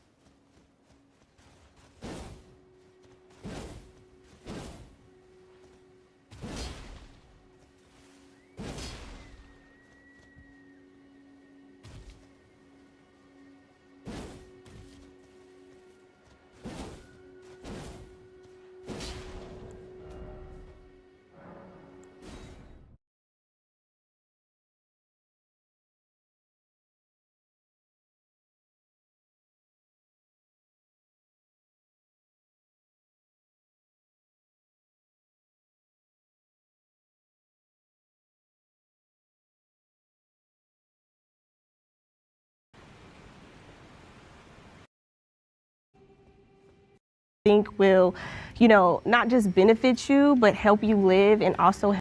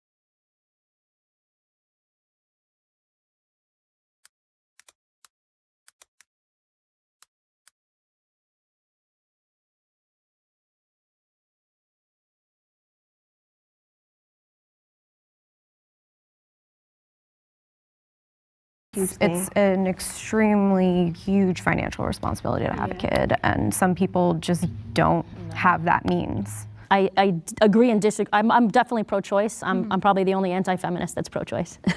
Being pro-choice, pro-abortion is actually very common. It's like 78% of Americans. Okay, so yeah. There's actually many people who are in your category. Yeah, to me, it makes sense in certain circumstances. I don't think people should be using abortion as a form of birth control. I think, to me, abortion's, believe it or not even the issue we need to be talking about right now. I feel like we need to be talking about how to properly educate people, no matter what their status is, no matter what their sexual orientation, whatever. And we need to go from there. Well, I think I have a very interesting perspective on this because my mother opened the first Planned Parenthood in our state, and she is very pro-abortion outwardly. But inwardly in our home, we weren't allowed to do it. And so growing up at that dichotomy really, I think, messed me up a lot because I was like, okay, which one is the truth? There are wrong reasons to get an abortion. A wrong reason to get an abortion is if you are going through your pregnancy and all of a sudden you change your mind. If you are irresponsible and all of a sudden finding yourself scared of motherhood. When people say that women are getting abortions because they just don't want to be pregnant anymore, they're not actually understanding the way that an abortion works. Most of the time they're talking about late-term abortions, and what a lot of people don't realize is when you have that kind of abortion, you have to give birth to the fetus. There's no going back. You're literally giving birth to a body. It's never just a, whoop, I don't feel like being pregnant anymore. Guess these last 8 months I just wasted everything. No one's doing that. Raising children is the most blessed gift. And I speak as someone who, when I found out that I was expecting for the first time, I kid you not, I was terrified. But you were prepared. No, I was not necessarily prepared. I was not prepared. And I was very much caught off guard. And I was terrified because I had an incredible career happening for me on the upswing. Finances. Let me finish. I had such a dramatic, fearful reaction to becoming a mother because of what our society has been telling me throughout my adolescence and my early 20s, is that once you become a mother, it's all over and it ends. And that is a very, very deeply rooted problem in our society that I do think we need to address. That sentiment is the patriarchy in action, though. What is the patriarchy? What isn't the patriarchy? I feel like that's the better question. It's a systemic ideal that favors masculinity, men, male power, male dominance, the traditional idea of what a man is. The patriarchy is a system that oppresses not just women, but everyone. It's not patriarchy because the people who scared me so much were the women mom bloggers. Just because it's coming from a woman. Coming from women does not mean that it's not from the patriarchy. These were the women, and I speak with really strong conviction about this. The women who are publicly outward speaking to other women through blogs, through social media, talking about my life is so hard because of my kids. Oh, my kids are jerks. Oh, life is this. I have no money. Those messages are very, very pervasive, and they're very dangerous, and they're toxic But to they're women. also real parts of motherhood. We just discussed how motherhood... How many of you are mothers here? I am not a mother, but... Okay, I am a mother of 12 years. And I know all of the very, very hard parts of motherhood. And I just wish, as someone who has actually, as the only person here who has gone through this motherhood experience, I, from the bottom of my heart, wish that the positive aspects of motherhood supersede all of the hard stuff. Let's get back on prompt. Again, there's no wrong reason to get an abortion. Isabella, I want to hear from Isabella. There's been so many points I want to talk about. I want to talk about Candace, maybe. Candace, what she says about I don't even know what she said. Just let her talk. Sorry. So my parents actually had me when they were 19, and thank God they didn't abort me. They were not ready. They were in a terrible situation, and having me at 19 made them grow up and mature and become adults and not continue being on a bad path. So I'm thankful for that. And a lot of something that you said it's society's, I think it was about society's pushing this idea, like demonizing motherhood, and you said that's part of the patriarchy. Well, I would ask you this, don't you think men benefit from women getting abortions because they no longer have to deal with it? They can just sleep around, and if, God forbid, a woman gets pregnant, oh, she wants to abort it. Cool, now I'm off the hook. What is the patriarchy? I don't even know what that men oppress us and that everything that goes wrong, that men are to blame. And I don't think that's a healthy way of being. Very happy to live under this so-called patriarchy. This word patriarchy, it does not make any sense to me. Women are not oppressed in America. Patriarchal society doesn't bother me. Like Marilyn Monroe says, as long as I can be all of a woman in it, I am not bothered. The feminist movement is inherently racist. The feminist movement does not benefit POC in any shape or form. It especially does not benefit Black women. And the darker your skin is, the more you are used. I call us Black women as the bullets for the feminist movement. If we're talking historically, if we're talking how feminist movements started, it was an exclusionary movement. Absolutely. If we go back to the suffragettes or even further, Black women were not allowed to join in that effort because they really weren't fighting for Black women. Until we were used as bullets. Right. If we're not being used, we can't be part of the movement. They did use Black women. They used Black women's efforts because most of the most achievements that feminism, you're right, like most of the achievements of feminism have been done by Black women, and white women have stepped in and taken the credit for like people who do identify as feminists, especially those of us who are white. I think the most important thing for us to do is to sit down, shut up, and listen to Black women. As a Black woman who identifies as a feminist, my work centers Black women. So to say that, of course, like white women were able to vote before Black women, like the feminist movement was inherently racist, but how I live my life and the way that the community that I've built around myself of Black feminists, we see. But why label it feminism? Well, you can label it whatever you want, but helping other Black women. I affirm you, and I see that the semantics makes you uncomfortable because feminism was racist, but it is still racist. But you're not racist. So if you are not racist and you have issues that you want to be working towards for Black women, that doesn't mean that you're inherently being racist or helping white women. I think feminism exists on a spectrum. We're talking about semantics. We're talking about terms. They evolve and they change. Ideologies change. Right. And I think that feminism is evolving and changing, and I think it's because of the work of people like you. And so that's why I can confidently say it's evolving. It's not evolving. I think it's devolving. I think third wave feminism.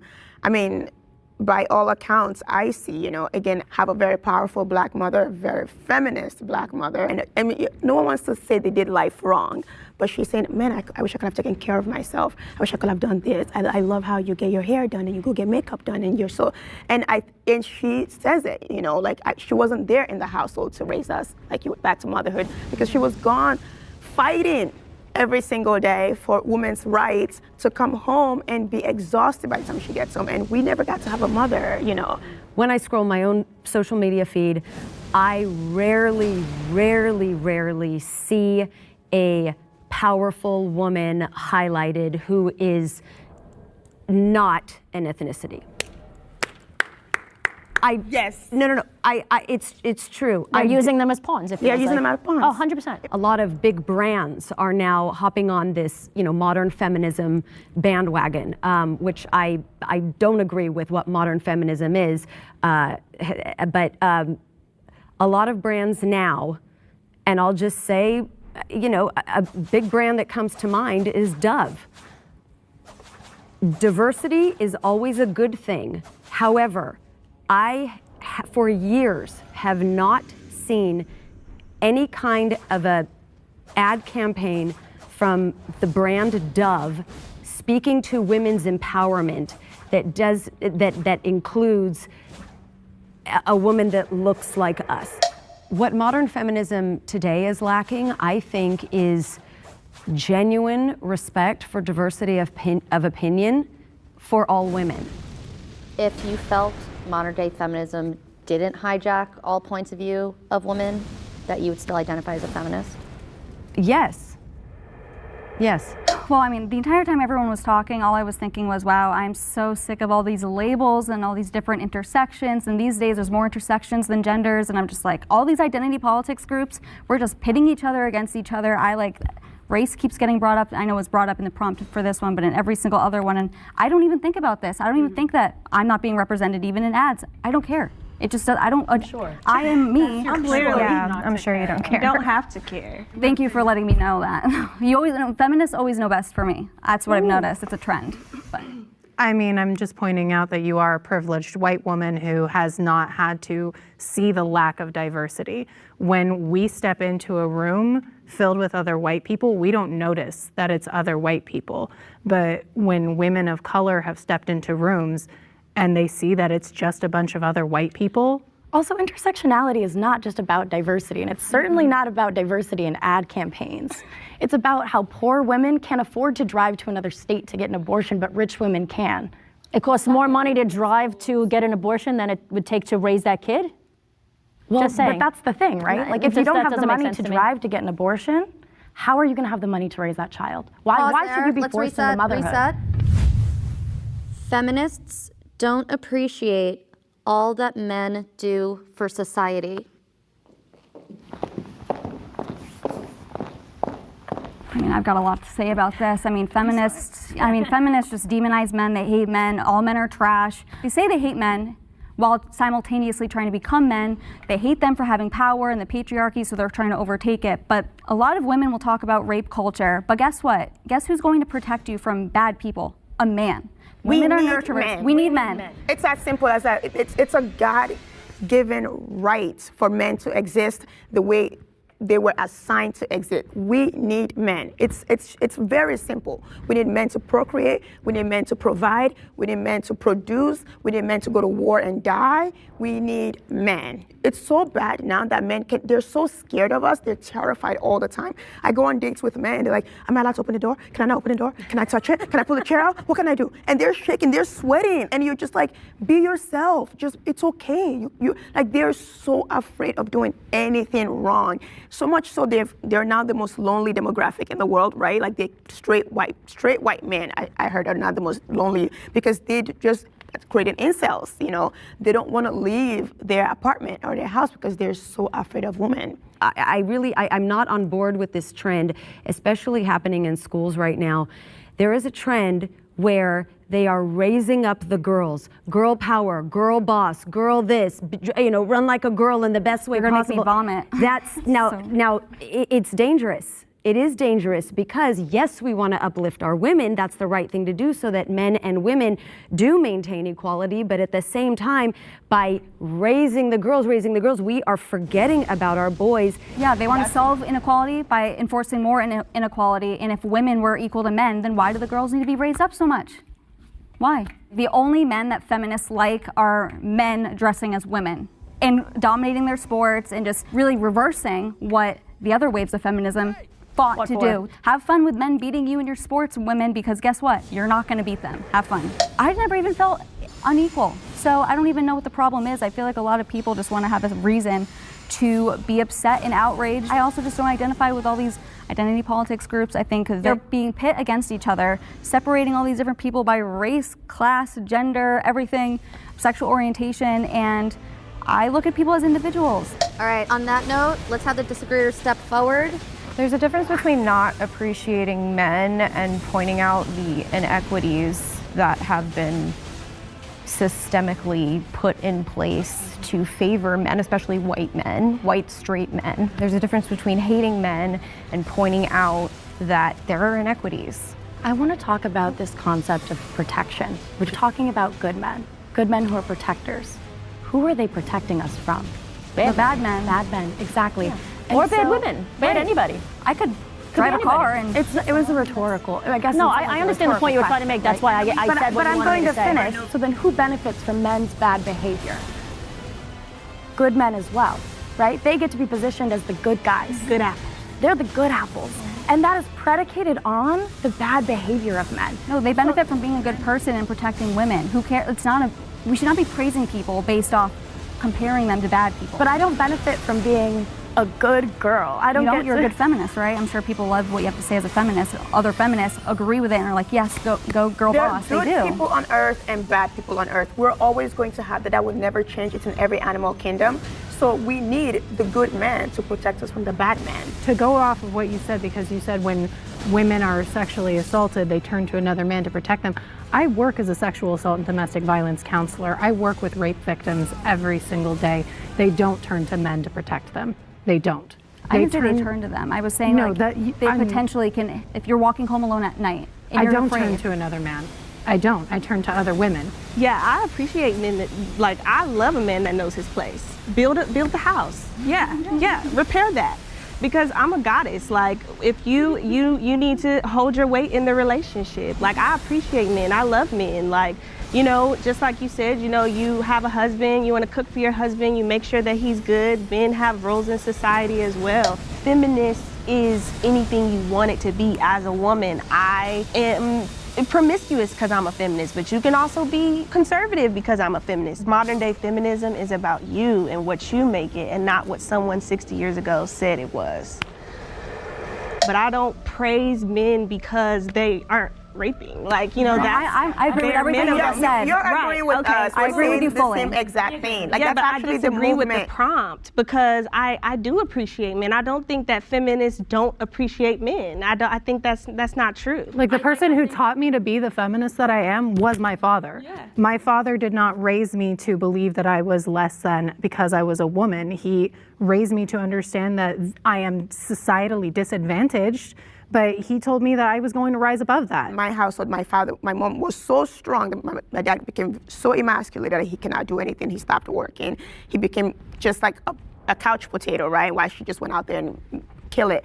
And we are destroying family, as we know, because look at me. I'm in my 30s. I'm not settled down. I don't have children. I don't have this family unit that I want so terribly, because no matter how hard I tried, that feminism that I was raised with always tend to overshadow my relationship, because in my head I know best, right? Like, I know what's right. I know, because I saw it growing up. I saw it modeled to me growing up. Like, a woman knows everything. We're so powerful. But the We're idea so strong. that men are supposed to be the head of the household, do you understand that that is killing men? That's killing men. It is killing men. Well, let them die, because they need to go back to working. The pressure of it, you mean, right? The pressure? The pressure of it is destroying their mental health. That's why men are 6 times more likely to commit suicide than women are, especially men in committed relationships. Men in their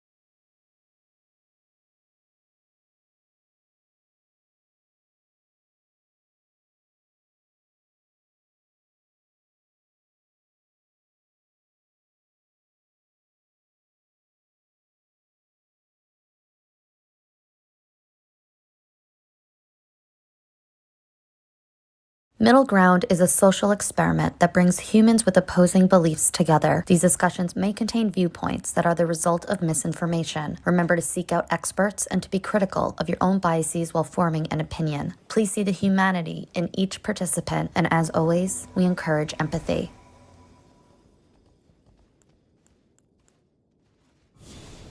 You're equating some minor inconveniences in your privileged life to Why would you assume my life an is privileged? unsupported. But why would you see my life as privileged, though? I mean, I don't say that about you. Why would you see my life as privileged? I'm privileged. Okay, that's fine, but why would you see my life as privileged? For one, you're a man.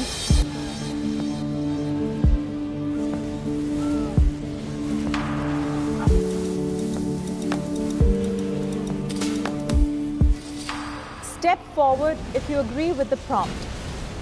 The government has no right to tell people what to do with their body. Vaccines.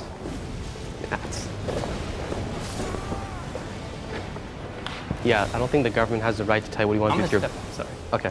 I stood here because of vaccines, but I know a lot of you guys probably looked at me like, oh, what about abortion? Now, the thing is, when it comes to abortion, two bodies are involved. It's the woman and it's the fetus. The fetus, you know, has a heartbeat, it has DNA. It should have rights. When? Life begins at conception. That's not when the heart's there. Heartbeat starts at 4 weeks. It's not just a clump of cells, it is life. At 21 weeks, it can live outside of the womb. Abortion ends with murder and death. Over 90% of abortions happen within the first 10 weeks. That's still, I think that's not acceptable. But they still have the potential of having life, though. The mortality rate of a fetus getting aborted is 100%. It's going to die when it's aborted. And you're very lucky you'll never have to experience what it's like to have to make that choice. But what if I become a father and, you know, the woman who I got pregnant wants to have an abortion? It's going to affect me. You would have a discussion with your partner then and decide what you're going to do and be glad that you have a choice to even discuss with that partner. Unfortunately, human nature, if you take away the option or the right to do that, then they'll find it another way. And it will be unsafe. And would you support the mom? Would you support the mom in that scenario? If the mom had an abortion or the mom went... No, if she gave birth. Oh, of course. I would support her. I'd say what you do is a good thing. And No. Support her financially for the rest of her life or for the rest of the baby's life.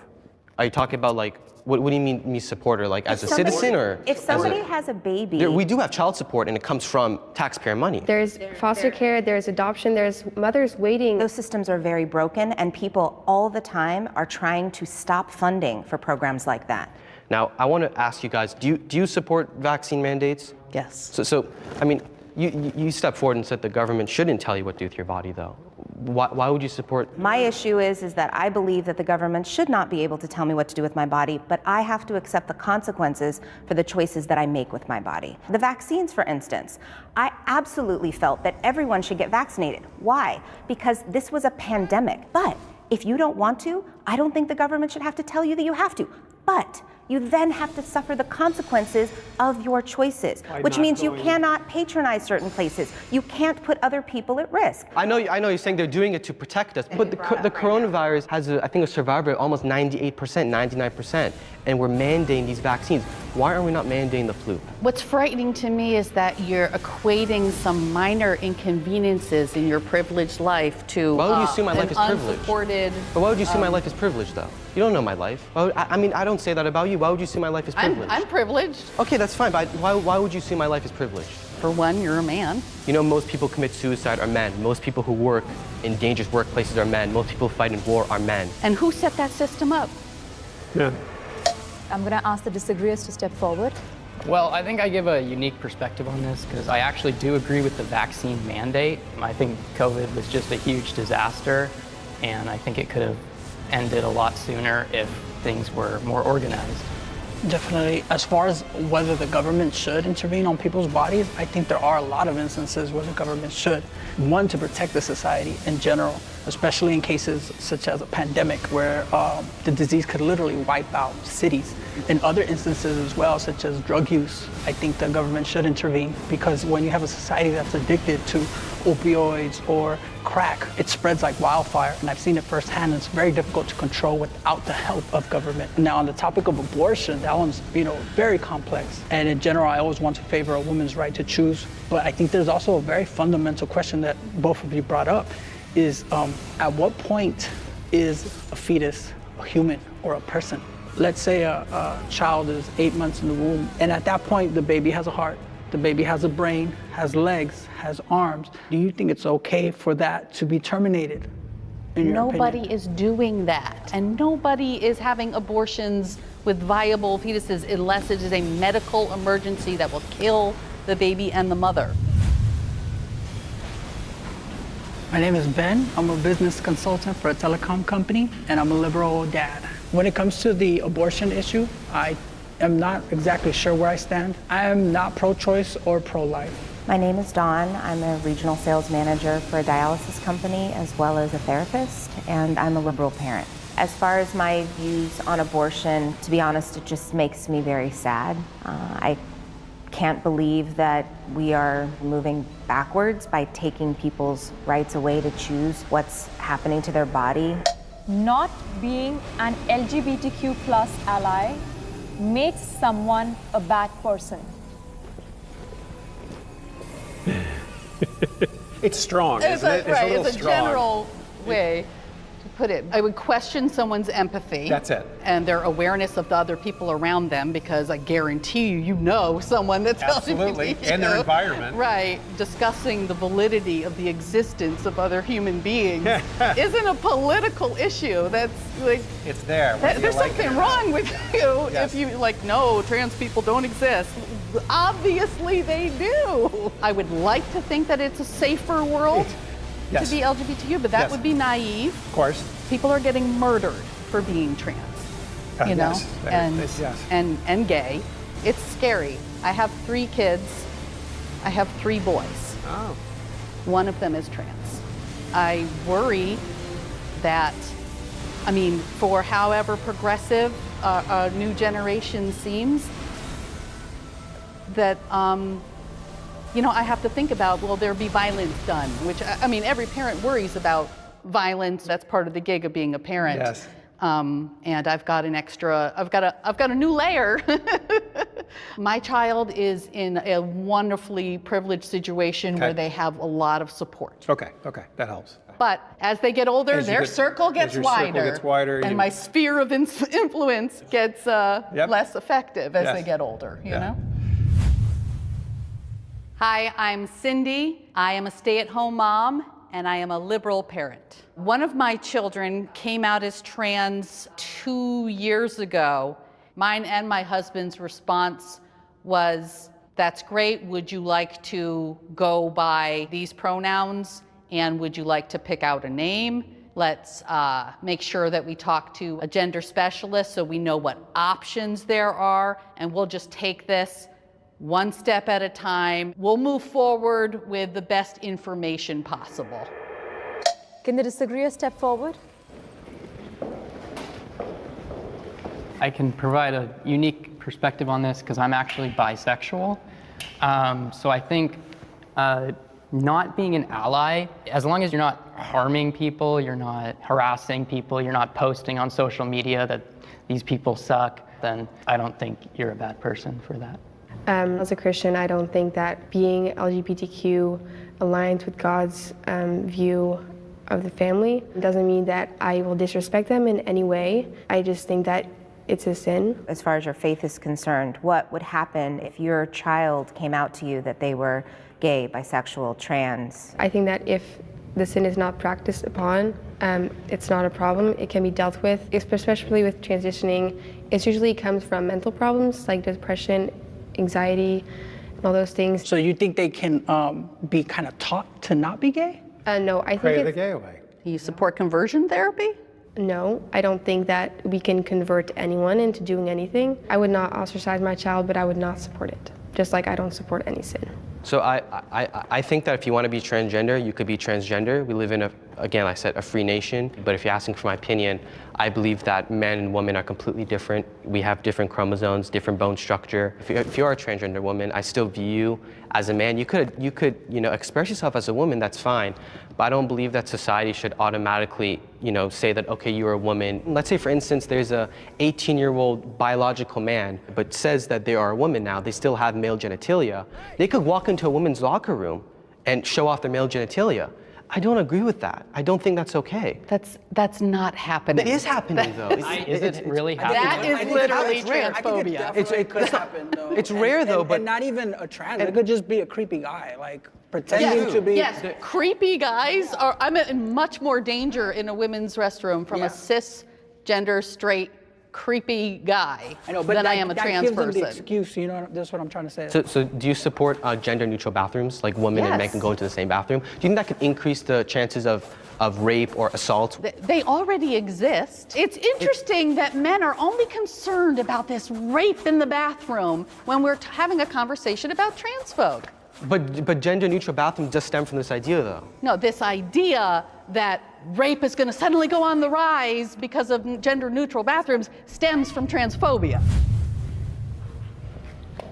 I'm Eden, I'm 16 years old, and I'm on the conservative teen side. I think that transitioning does more harm than good, and I think that we are born in the body that we're given, and we should stay that way. God has created us in His image, and I don't think we should change the way we are.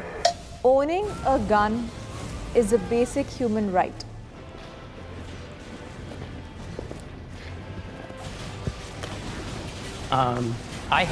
I absolutely hate hearing about school shootings on the news and just shootings in general. It's horrible. You know, this isn't like, you know, Spider-Man's not going to save people. People have the right to protect themselves.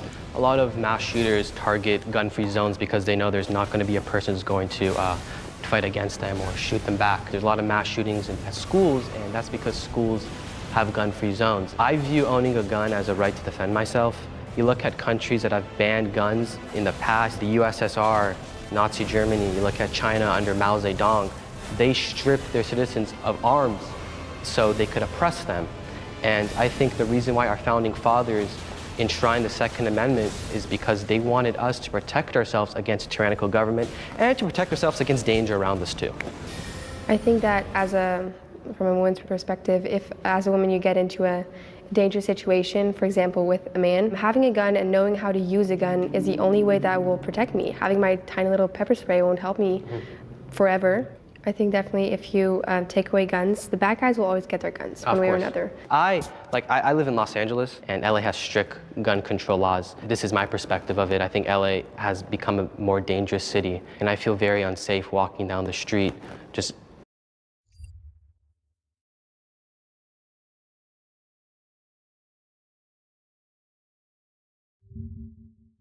Middle Ground is a social experiment that brings humans with opposing beliefs together. These discussions may contain viewpoints that are the result of misinformation. Remember to seek out experts and to be critical of your own biases while forming an opinion. Please see the humanity in each participant, and as always, we encourage empathy.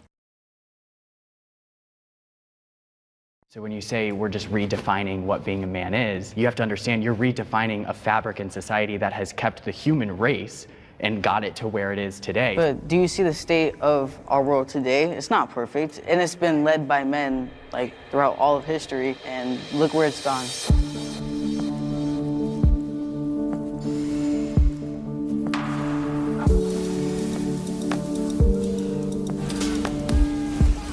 Step forward if you agree with the prompt. Masculinity is disappearing in America.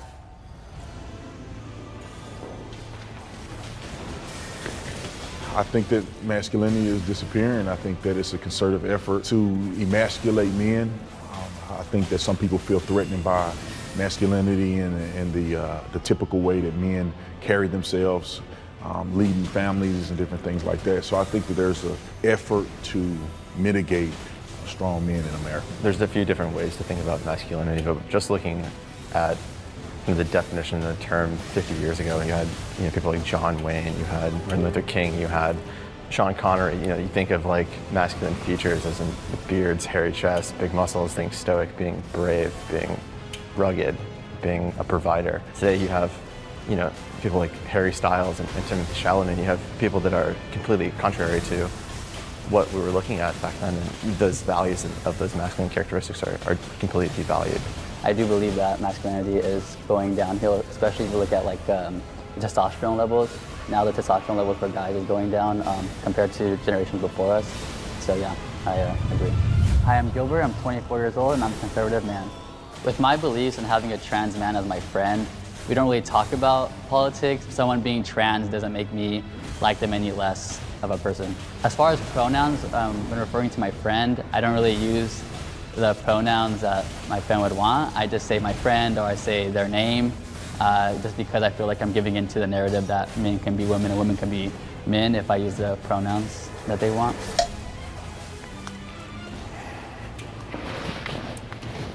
I do see that masculinity is under attack completely, but my definition of masculinity, like you said, has a lot to do with the traits that are associated with it. As a gay man, I mean, of all of us, I'm not the most masculine man, but I do think that the good aspects of masculinity are definitely under attack, but I don't think that it's disappearing, it's just being channeled in different ways. It depends on how you look at it, because a lot of the traits can also be embodied in women and femininity. So when we look at masculinity, I think that we have to also look at what is the actual definition of femininity and masculinity, and if we're defining masculinity by being stoic or muscles or body parts, then is it really masculinity? A lot of times when you guys spoke about masculinity, you associate it with men being manly, but I think more women are embracing their masculinity. Masculinity is still there. I mean, just other genders are using it. Being courageous, being powerful, more women are standing in their power, which is again associated with masculine, but it's not specific to just men. Women are no longer submissive, they're dominant. Women don't need men, and I think that most of America is realizing that anyone can be powerful on their own. I believe that the masculine traits are inherently in men, and men have to take a position. You made a really good point by saying women are now becoming more masculine and they feel as if they don't need men, which I think is the problem here. I think that the way we've been designed by God, in my opinion, is that men are to lead, men are to be strong, men are to be brave. Men have to take their rightful position. The way our country has been structured to this point have been because of strong men who have taken a stand, who have fought wars. Now I feel like it's getting so lopsided that our families are degrading. People don't know where they're at in this country. Now in 2022, masculinity is being redefined. And I think what happens is people get upset when things start to change. No, I think that nobody ever wants to take that away from men. I think that what we want to do in the world now is start to understand what is masculinity. And it's always been really associated with this very machismo space. And now there's different kinds of men in the world. There's not just biological men. There's also trans men or people who want to be masculine. So I think what's happening now is people are pushing against change because change is scary and people don't understand. And so I think men, biological men, feel under attack when I think that's not what's happening here. The point that you made is 100% correct. There are different phases and people are experiencing in different ways. The feminist movement is, I think they are attacking masculinity within men. I don't want a man to open the door for me. I don't need a man in my life. I can do all of these different things. What they're doing is attacking men, and that's what's causing the problem. What part of the feminist group feels like it's attacking? Because I know that most feminism is like wanting equal pay or... Well, you just said that women not needing men is somehow empowering. You know, having a man is somehow less empowering, or being an individual is somehow less But that's how empowering. women feel. Right. Women actually are saying that because that's how they feel. It's But that's not how every woman feels. But no That's one's just saying an every woman. assumption They're only of how women speak for themselves. So Right. all of you are going to have different opinions as biological men. Absolutely. Women all have different opinions. Oh, you see a very specific group of women saying this. I mean, you did just say that's how women feel. So are you speaking on behalf of all No, women? no, I'm not. Let me take that back. So, the women who are saying that feel that way. Why do you feel that women in general feel disempowered? No, I don't think in general. No. That's a generalized statement. You can't say that. I said you're the the one women. No, I who did said not. I women said the feel women who disempowered. say that. You associated somehow women are now embracing masculinity, which means that they are now more empowered because they don't need a man. They don't need a man, Or right. if When they're men feel empowered when women need But them. I don't think that women's empowerment comes from having a man or not having a man. So why is it always associated that a woman's now empowered because she doesn't need a man? A woman has always been empowered. Women have never been. But they've never felt that. That's not true. I mean, That's if not we go true. back to the 1920s, if you're going to do that, but that's not But what of we're talking course, about. you We're have- talking about society right now. Right now, you actually think women are empowered right now? Absolutely, women are empowered. Who's the vice president? And how long did it take for her to become a vice president, though? There is a right and wrong way to be a man. Take a second to think about it.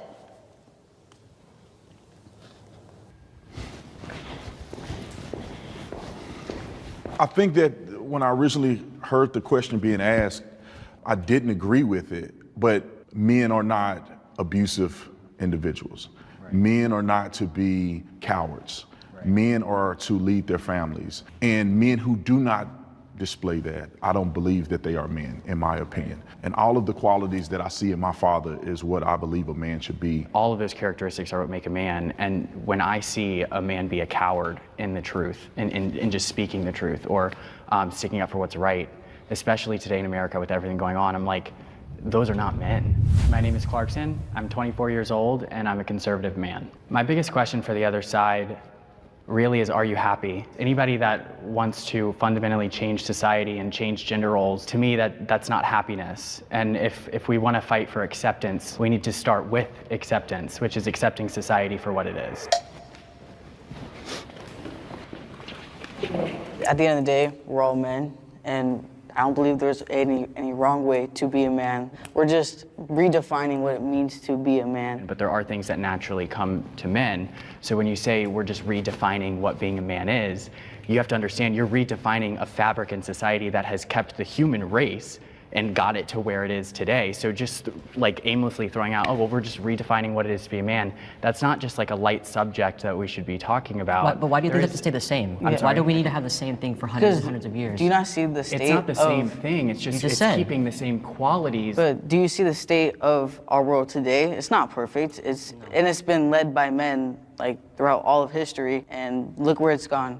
So we're talking about redesigning what it means to be a man. So what do you want to bring to traditional men? I think it's embracing that you can be vulnerable. I think that a lot of men want to portray strength, strength, strength, but men are people, and I know that men have feelings. Being a man and masculinity, those are two different things. And I believe that we can redefine whatever that means to anybody by including other types of men or other types of masculinity. I myself am a father, I have a child. Some people would disagree with me being a father because I am transgender. But that being said, I present to the world as a male, my child sees me as a man. There's proper ways to be vulnerable, right? You don't have to break down in front of your family and cry. It's okay to suffer silence as well.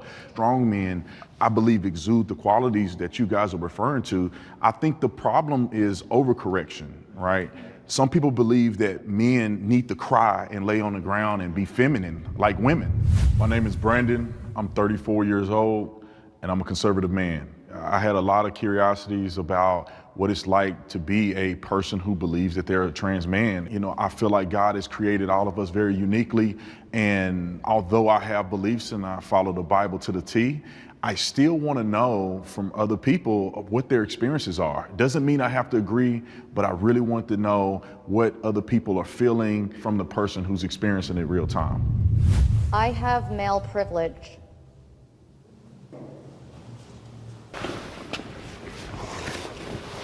Oh, sit over. I've lived both lives, and I can tell you firsthand that it does exist. I am taken much more seriously in my career since I've transitioned as a man. Prior to transitioning, I would work just as hard, if not harder, for the same position and not be considered. The minute that I transition, I am immediately taken more seriously. I can give you an example. Obviously with COVID, there's like the mask mandate, right? So I have to tell customers all the time, it needs to be above your nose, right? I do that all day. My manager who's above me, who is a woman, will have to go to them, tell them they give her a fight. But the minute I just look in their direction, it's up. It doesn't seem like a privilege, but it is because now my manager has to work 3 times harder for something that's so simple. I think the word privilege is the thing that turns a lot of people off with this conversation. But that being said, again, myself living my life as a female, pretty much half my life, and then now half my life as a man. There is no way I could not be honest about the fact that my life has changed drastically. Also being a white man, that's also a conversation a lot of people don't want to have. But I have privilege of being white and privilege also of being a man now. I can walk into any room and command that room in a heartbeat because people just do that with men. And I think the thing is that biological men are born into that space, so they'll never ever see it. Why do we now, as women who have become men, get these that I see? Absolutely, women are empowered. He's the vice president. And how long did it take for her to become a vice president, though?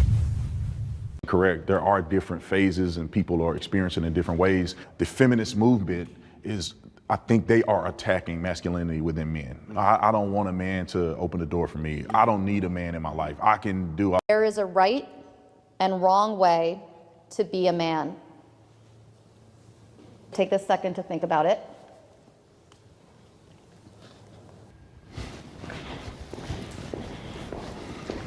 I think that when I originally heard the question being asked, I didn't agree with it, but men are not abusive individuals. Right. Men are not to be cowards. Right. Men are to lead their families. And men who do not display that, I don't believe that they are men, in my opinion. And all of the qualities that I see in my father is what I believe a man should be. All of those characteristics are what make a man, and when I see a man be a coward in the truth, in just speaking the truth, or sticking up for what's right, especially today in America with everything going on, I'm like, those are not men. My name is Clarkson, I'm 24 years old, and I'm a conservative man. My biggest question for the other side really is, are you happy? Anybody that wants to fundamentally change society and change gender roles, to me that's not happiness. And if we want to fight for acceptance, we need to start with acceptance, which is accepting society for what it is. At the end of the day, we're all men, and I don't believe there's any wrong way to be a man. We're just redefining what it means to be a man. But there are things that naturally come to men. So when you say we're just redefining what being a man is, you have to understand you're redefining a fabric in society that has kept the human race and got it to where it is today. So just like aimlessly throwing out, oh, well, we're just redefining what it is to be a man, that's not just like a light subject that we should be talking about. But why do you think it has to stay the same? Why do we need to have the same thing for hundreds and hundreds of years? Do you not see the state It's not the same thing, it's just it's keeping the same qualities. But do you see the state of our world today? It's not perfect. It's been led by men like throughout all of history, and look where it's gone. So we're talking about redesigning what it means to be a man. So what do you want to bring to traditional men? I think it's embracing that you can be vulnerable. I think that a lot of men want to portray strength, strength, strength, but men are people, and I know that men have feelings. Being a man and masculinity, those are two different things. And I believe that we can redefine whatever that means to anybody by including other types of men or other types of masculinity. I myself am a father, I have a child. Some people would disagree with me being a father because I am transgender. But that being said, I present to the world as a male, my child sees me as a man. There's proper ways to be vulnerable, right? You don't have to break down in front of your family and cry. It's okay to suffer silence as well. Strong men, I believe, exude the qualities that you guys are referring to. I think the problem is overcorrection, right? Some people believe that men need to cry and lay on the ground and be feminine like women. My name is Brandon. I'm 34 years old, and I'm a conservative man. I had a lot of curiosities about what it's like to be a person who believes that they're a trans man. You know, I feel like God has created all of us very uniquely, and although I have beliefs and I follow the Bible to the T, I still want to know from other people what their experiences are. Doesn't mean I have to agree, but I really want to know what other people are feeling from the person who's experiencing it real time. I have male privilege.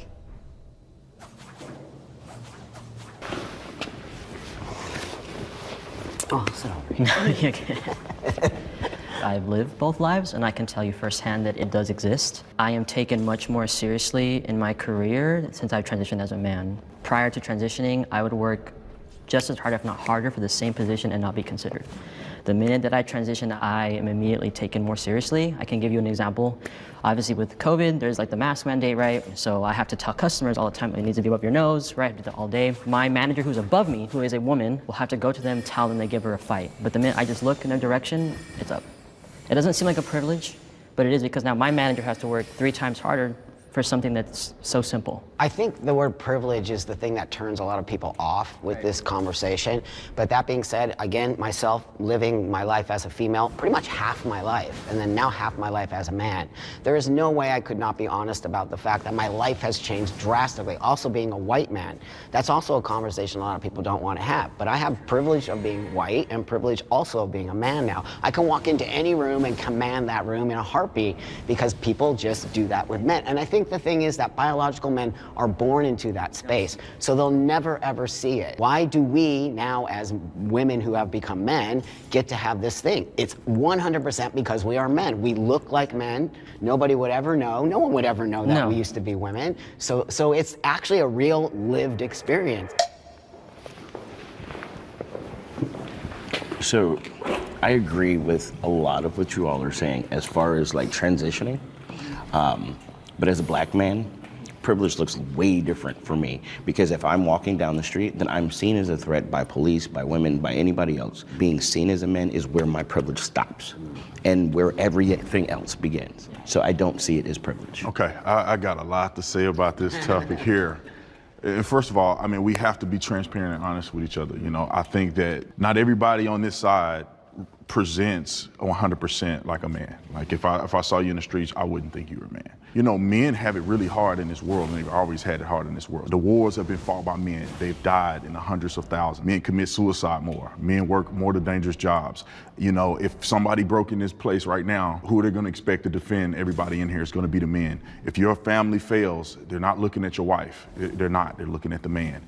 You know, I just want people to understand it. There's there's some advantages that men have, and then also men do struggle in custody and all kinds of different things in 100%. society. I 100% agree with you as a man now, right? But I think my perception of it is different than yours because you were born male, you were raised male, you have a whole other space in that, and I totally respect your opinion on that, and I believe that that is a true lived experience as a born man. Yeah, and let me add with the black man, because we have a total different reality in that. I don't, in no way, form, or fashion do I go into a room and I feel like I'm less than. I think I command presence when I go into a room because the way I'm dressed, and I'm tall. I go in the streets, I've never had a person cross the street. I've never been attacked by a police officer. I was a police officer.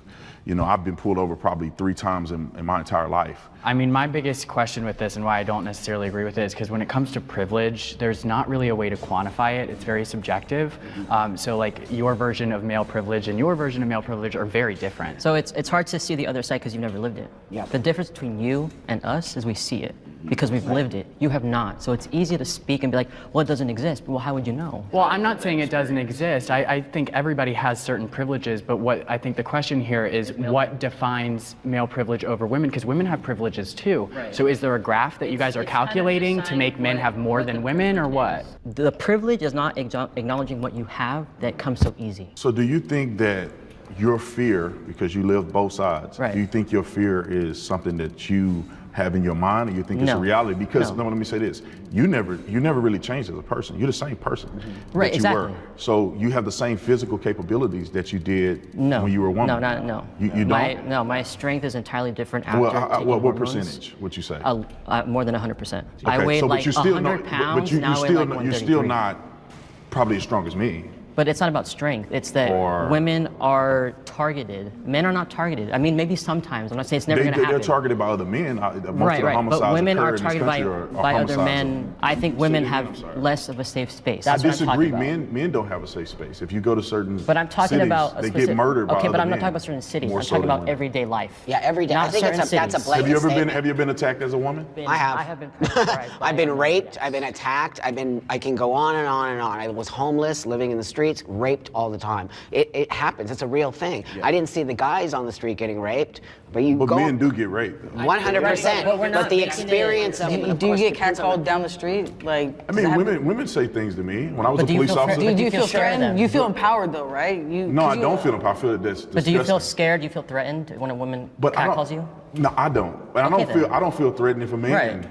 try to challenge. Because you have that male privilege. Right. As a woman, what if a man was whistling at you when you were walking down the street? I've had it happen to me. I had gay men whistle to me. But how does that make you feel? I don't care. Okay, cool. I mean, as long as you don't touch me, we cool. Right. I know you may think I'm attractive. Right. That's fine. That's cool. I get it. I think women will say the same thing as long as you're not like trying to be predatory. And I've seen it because I go to clubs with my friends who are girls, and I have to tell the men to literally leave them alone because they keep going and they're predatory and they're literally scouting out for women that are drunk or whatever, not even drunk. She could say no 1,000 times and they're still gonna bother her. But the minute that I say something, they stop. Women are not as strong as men and they get targeted. Sure, yes, that is a privilege that men have over women, but that doesn't mean that men have privilege because of that one situation. Men commit suicide way more than women do. Because if we're gonna go that route, trans men commit suicide twice the rate. But that's not general. I think what's important here is to distinguish the fact that yes, no one is negating the fact that women can get preyed on.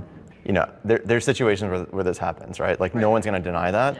But we're also just trying to say that it's not like a one-sided coin here, where there's no like men are just, you know, we just have it good and we can do whatever we want. We can't even be the next Supreme Court justice because you know it's like. But you know, I live as a man, so I see the difference. Yeah. When I said I have privilege and I walk into a room, of course. But then there's other things that are expected of me now as a man that I would never knew were expected. So of would me. you guys agree that there's such thing as female privilege? Oh, sure, 100%. My wife has privilege because she has me. That's right. So she don't have to worry about her safety on. because I'm there. I don't believe that as a man, it's like, you know, there's marketing for women-owned brands. I can't be the next Supreme Court justice. Like women are very much more empowered today, which I think is, I don't have no problem with it. I mean, like, good for you. But I think that the man I probably have privilege because I'm, you know, 6 foot 210. Like no one's picking on me when I walk down the street. You know, I used to live in Chicago and I used to walk home all the time at night, but like, was that smart? Probably not, but I felt a little safe because, you know, I'm not 5 foot 100 pounds. At max, I'm 29 and I'm a conservative man. In today's society, women and men can be whatever they want and be as successful or strong or as big of a leader as they choose. So I'm just wondering, in a society that is so seemingly level, more level than ever before, why are we transitioning the different genders to find, and what are we looking for? Biology determines gender.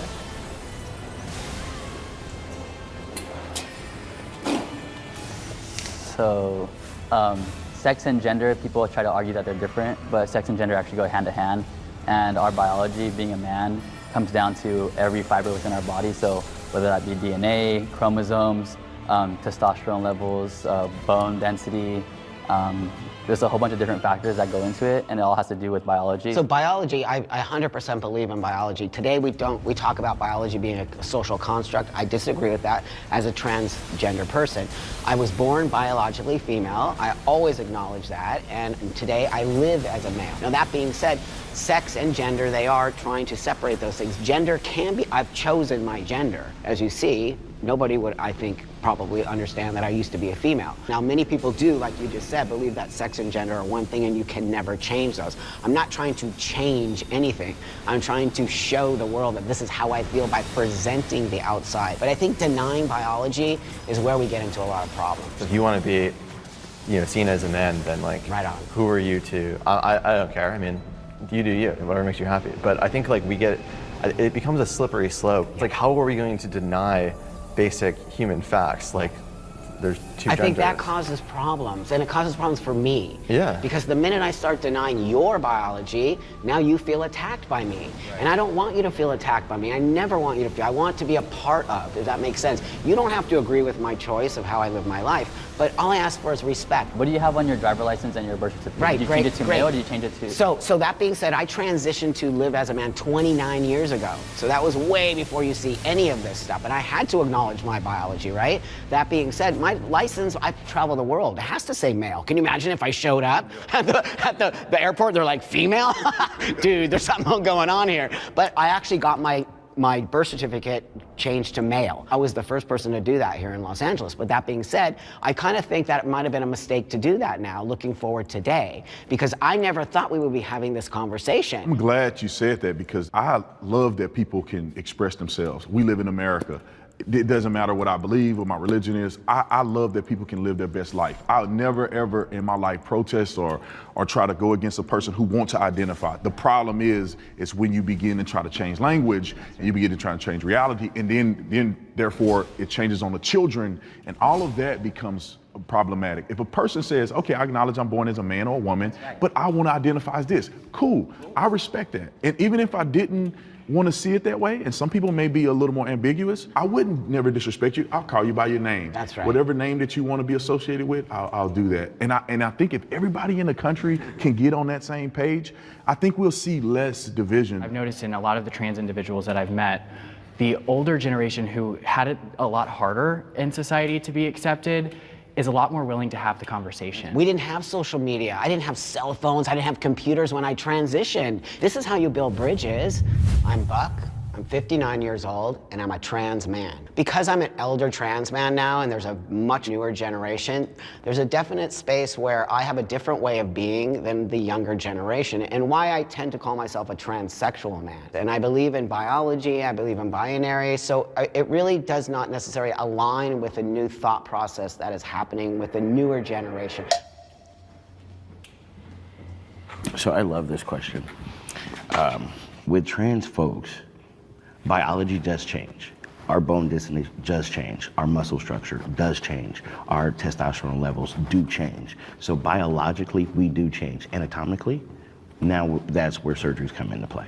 So when we're talking about biology and gender that can't be changed, our biology absolutely and concretely changes. Not the DNA. But our DNA does not change. Yeah, DNA is not going to change for anyone. So you acknowledge there's a biological difference between males and females, because some people on the other side would say there's no difference. Like a female, like I could look like a girl, not having testosterone, but I'm still a male. Some people are male, some people are female, chromosomally. But when we start to take testosterone, our bodies do biologically change. But what about trans men who don't take testosterone? Then their bodies don't biologically change. That means then they're biologically still female, right? Well, and gender in itself is something we get to choose.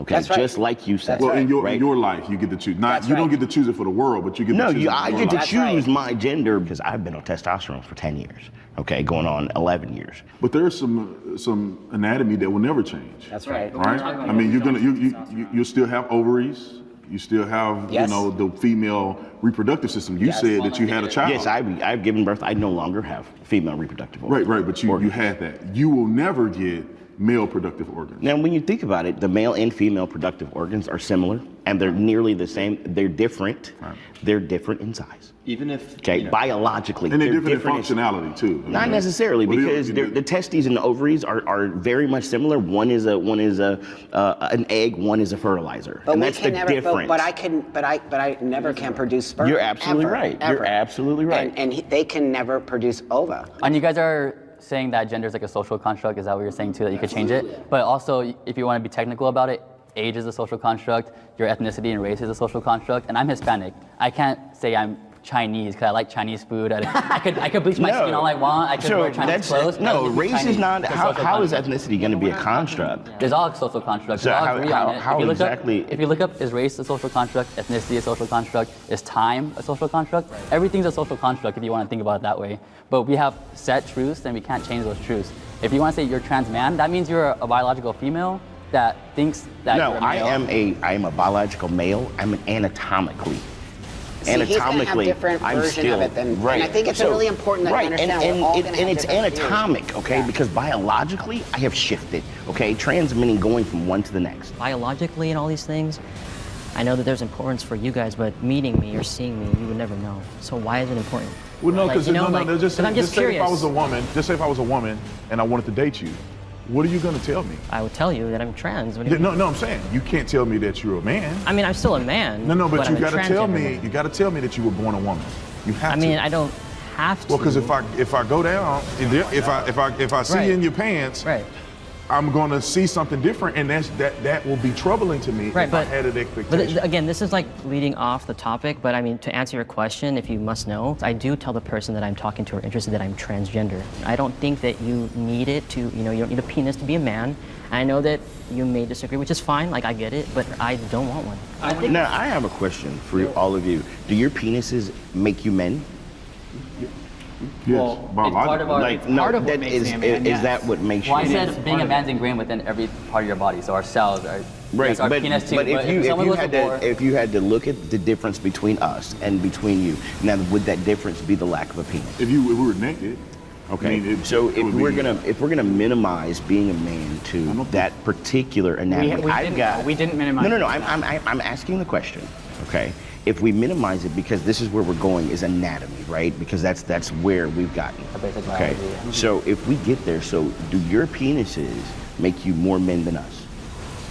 It's not making more or less. It's we're a biologically man. You're not a biological man. It's not a spectrum, so it's not a question that we can answer, because you're saying on the spectrum, would this make us more of a man than you? But no, it's because we are a man and you guys aren't. Well, we're different. So we're not men. Is exactly what you just said. In my view, you guys are appropriating the gender and you are living as a man, but biologically you are not a man. So to me, it's not, you can't say, okay, well, does that make us more of a man? That's not even a question to ask, because you're not a biological man. When it comes down to asking questions that make me start to change what the truth is and what the truth isn't, putting it on a spectrum when it's an objective truth, that's where I draw the line. What's the biggest problem with what he said? It doesn't make what you feel any different. The biological truth is the truth, and why can't that be the truth? And you also say, but I feel like on the inside that I'm a man and I'm going to present that way. The argument is that people try to invalidate who we are with that. I'm not saying that you guys are doing that, but a lot of society in the world does that. Well, biologically, you're female. What hurts trans people, that people don't realize what they're doing, is it's very harmful. You got to be aware of what you're saying, what you're putting out there. You know what I mean? Like, yeah, no, 100%. And that's why I think we all agree. We would never try to offend you or anything like that. To be honest, if I saw any one of you in the streets, I don't care. It's not gonna bother me that you wanna, I would know unless I pulled your pants down or something. Why do you feel like you have to present the way you do? You know, facial hair. Could you be a man without having facial hair? I mean, yeah. Because you feel like you're a man. I'm in the early stages of testosterone. I haven't hit 1 year yet. But personally for me, you know, I crave, you know, having a full-on beard like these fine gentlemen and you guys all have. Like, I crave it, you know, like. But I do believe, like, not having like this little small peach fuzz I have going on, it does make me feel more dysphoric. It makes me like feel like, oh, this is how I presented before transitioning. Do you feel like it's something that has gone wrong at birth? Like, you know, you're born and you say, well, genetics and evolution says this. Why do I feel like this? Yeah, yet I mean, I think questioning it was something that I always wondered, because sometimes when people say like, oh, like it was a choice, which I hear a lot on the other side all the time, like it was a choice, I was legit born this way. Like I could remember from, I think 4 or 5 years old where like I didn't feel like a girl, you know what I mean? And I can't tell you why that happened. It was just my path in this life. And it's something that I honored. And you know, it was really hard for me to continue living, especially when puberty hit. You know, like time of month comes in, obviously anatomy changes, like, and that was the biggest thing for me where I knew that like, okay, I can't do this. It's like you're not in your own home. Children should be allowed to transition. Well, I was gonna say, I find it very interesting that you and I are the only ones that stepped up, especially since we're younger. And you should allow children to feel what they feel, because I felt the way that I felt for as long as I can remember, and it's something that I cannot deny. Yeah. You know, although my mother is supportive, when I was younger, I wasn't allowed to wear boys' clothes because that wasn't right. Now I know we're talking about transitioning. It doesn't always have to be hormones. It's like transitioning in society, so being able to dress more masculine. Yeah. I did when I was younger, but as I got into middle school, kids change, people are mean, so you know, I dressed how I would in society, so I dressed like a girl, whatever, but I think that children should be allowed to express themselves in whatever way makes them feel comfortable. Yeah. Kids are struggling to be who they are, and there's more rates of suicide for trans individuals because there's literally being laws put in place to prevent them from being who they are, and that's not right. That's not right.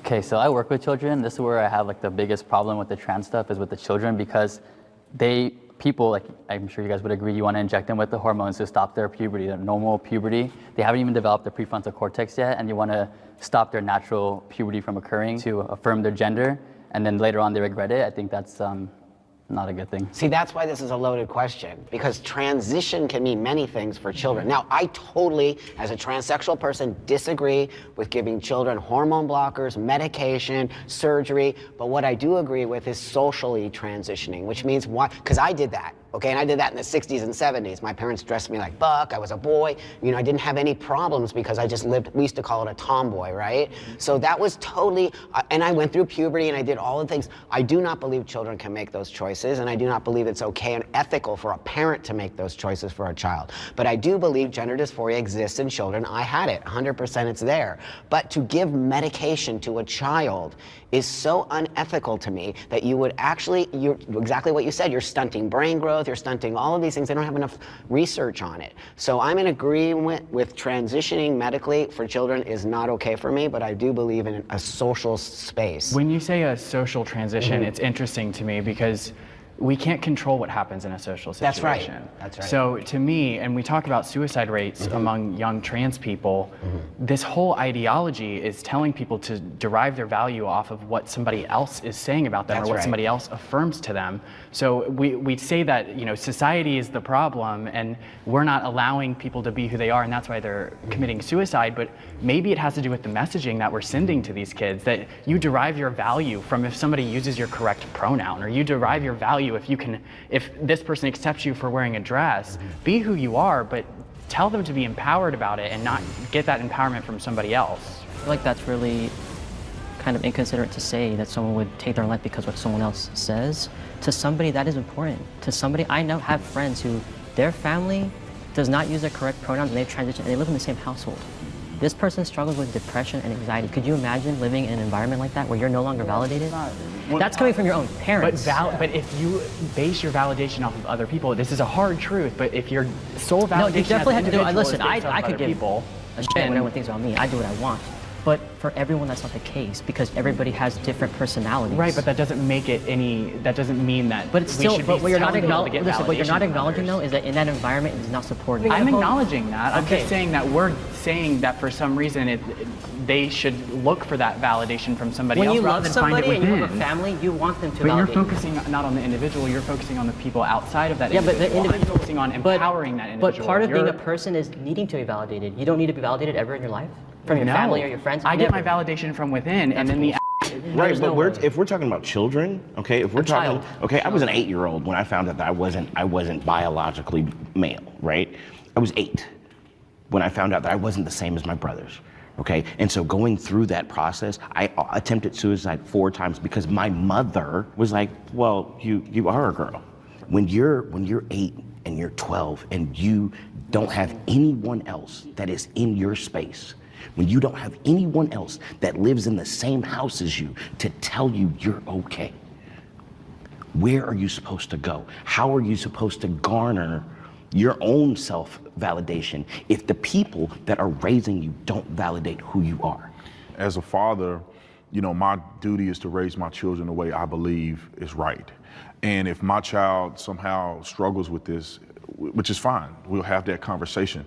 But I'm going to let it play out the way I believe it should be played out. And at 18 years old, you can do whatever you want to do. If you don't want to wear dresses, that's fine. I mean, just wearing if you want to dress like a boy, don't make you want to be a boy. Don't mean you have to be a boy. My mom was a tomboy, and my mom had me and my brother, and she's a woman, you know, and she lives like that. But, you know, you may want to dress a little different. Maybe a boy want to do cheerleading or something like that. Right. But that don't mean you need to transition to something else. So I want that to play out until my child is old enough to make that decision on their own. Also, you have to teach your children to have balance, because if you just want mommy and daddy to acquiesce to everything you want, that's not reality. You have to understand that mom and dad may not see me this way. They love me. I see myself this way, and I disagree with how they speak to me or how but I love them as well. I love, like my son, if he said that he was, and I'm a Christian and I don't believe in homosexuality, I don't. I respect anybody that feel that way. I'd never, you know, protest you at all. If my son came to me, it would be a struggle for me to want to go to his wedding. I'm just gonna be honest. But I think that my son should understand this is the way my dad feel, I love him. This is the way I feel, and we have mutual love. And that don't mean I hate you, that just mean we disagree. And I wish that same sentiment would be, and I think it's the same on this panel. Like, there's no hate in any of this. I love every single person on this side, and we may think of things differently, but we love each other. It can't be one-sided. I am lucky, I'm 41, and I'm a trans man. One of my greatest fears as a trans man is my life being taken from me because I'm a trans man. Transitioning in a black neighborhood with gang members as neighbors, they weren't having that. So the more that my body started to look a lot like theirs, I was challenged on a regular basis. I was beaten up because someone recognized me from prior to my transition and approached me and confronted me and called me a liar and told me I was a bitch. And I, out of safety, was like, I don't know what you're talking about. And they cold cocked me, and I lost a front tooth. I grew up with a positive father figure.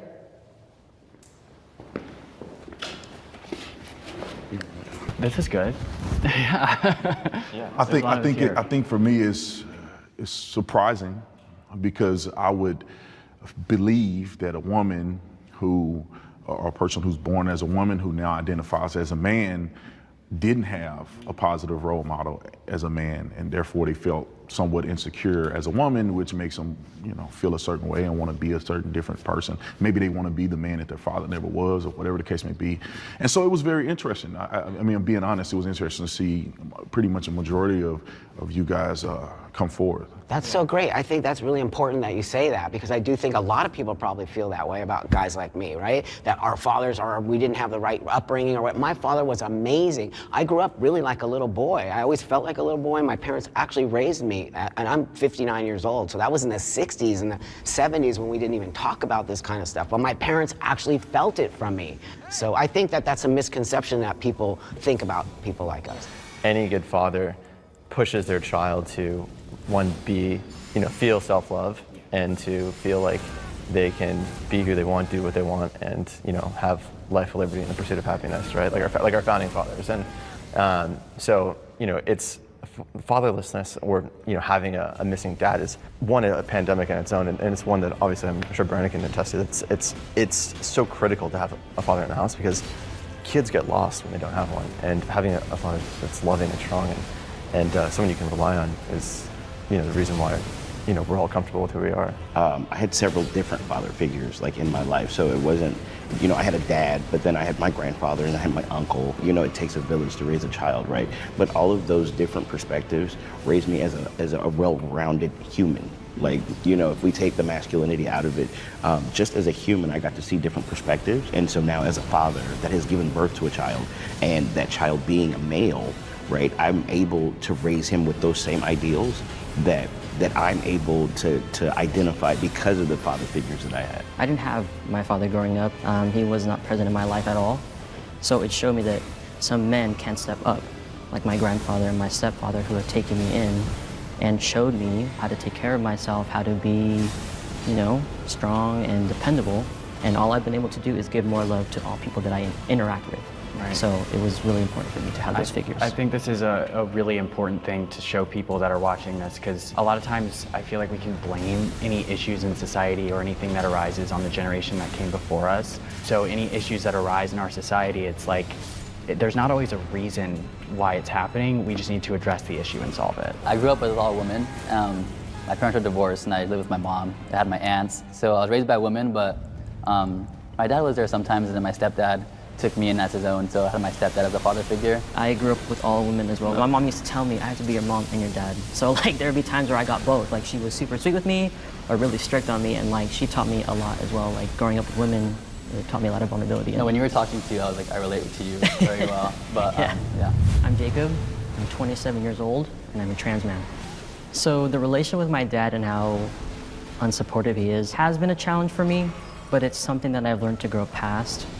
And I encourage everyone that even if you don't have a parent who is supportive, to still be authentically yourself, because your life is meant to be lived for you. And I think that choosing my happiness above all else has made my life that much better, and I wouldn't change anything. Even though he wasn't supportive, I still wouldn't have him here.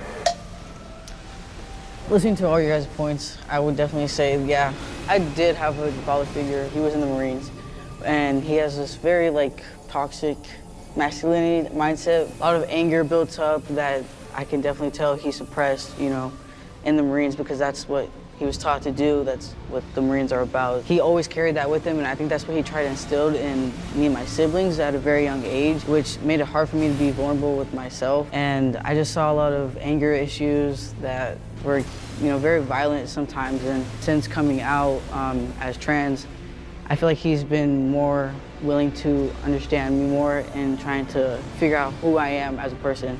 And because of that, I feel like our relationship has definitely got a lot stronger since then. Okay, I imagine how difficult it is to come home and then try to be vulnerable after suppressing so much pain and hurt for years. So it's good to hear that he's learning and kind of evolving and opening up. That's something where you guys were talking about vulnerability, right? And it's like there's times when it's good to be hard. I don't show emotion as much as I'd like.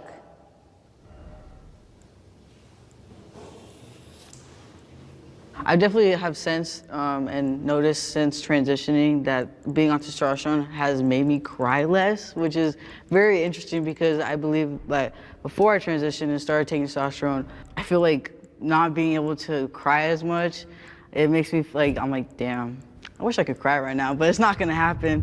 Hi, I'm Gibby and I'm a trans man. Before transitioning, I guess only presented as lesbian, but since transitioning, I've been able to be more comfortable with my sexuality. I've definitely seen on dating apps and stuff, a lot of conservative men fetishizing trans individuals. And it's interesting because a lot of the time they say that they don't identify as gay or, within the community, and yet they're fetishizing my community.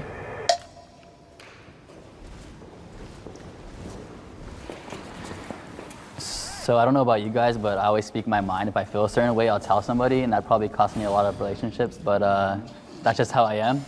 So I don't think there's anything wrong with, I know we talked about vulnerability, you know, a long time ago. I don't think there's anything wrong with being vulnerable. I think, like we said, there's times and places for it. Knowing when it's okay to be vulnerable and being self-aware of that, and then, you know, being strong when you need to, and being sad, you know, when it's appropriate. But I certainly am not as vulnerable or not as emotional as probably I should, because it's not something that I always did growing up. But I don't feel like I have any real issues like suppressing. I just feel like I kind of get it out in other ways. Yeah, that's great you look at it like that, because I believe for me, like my personal experiences, like because I was wanting, you know, to transition at a very young age, and my dad being in the military, being a veteran, he would see me being vulnerable at times, and he'd be like, well, don't you want to be a man?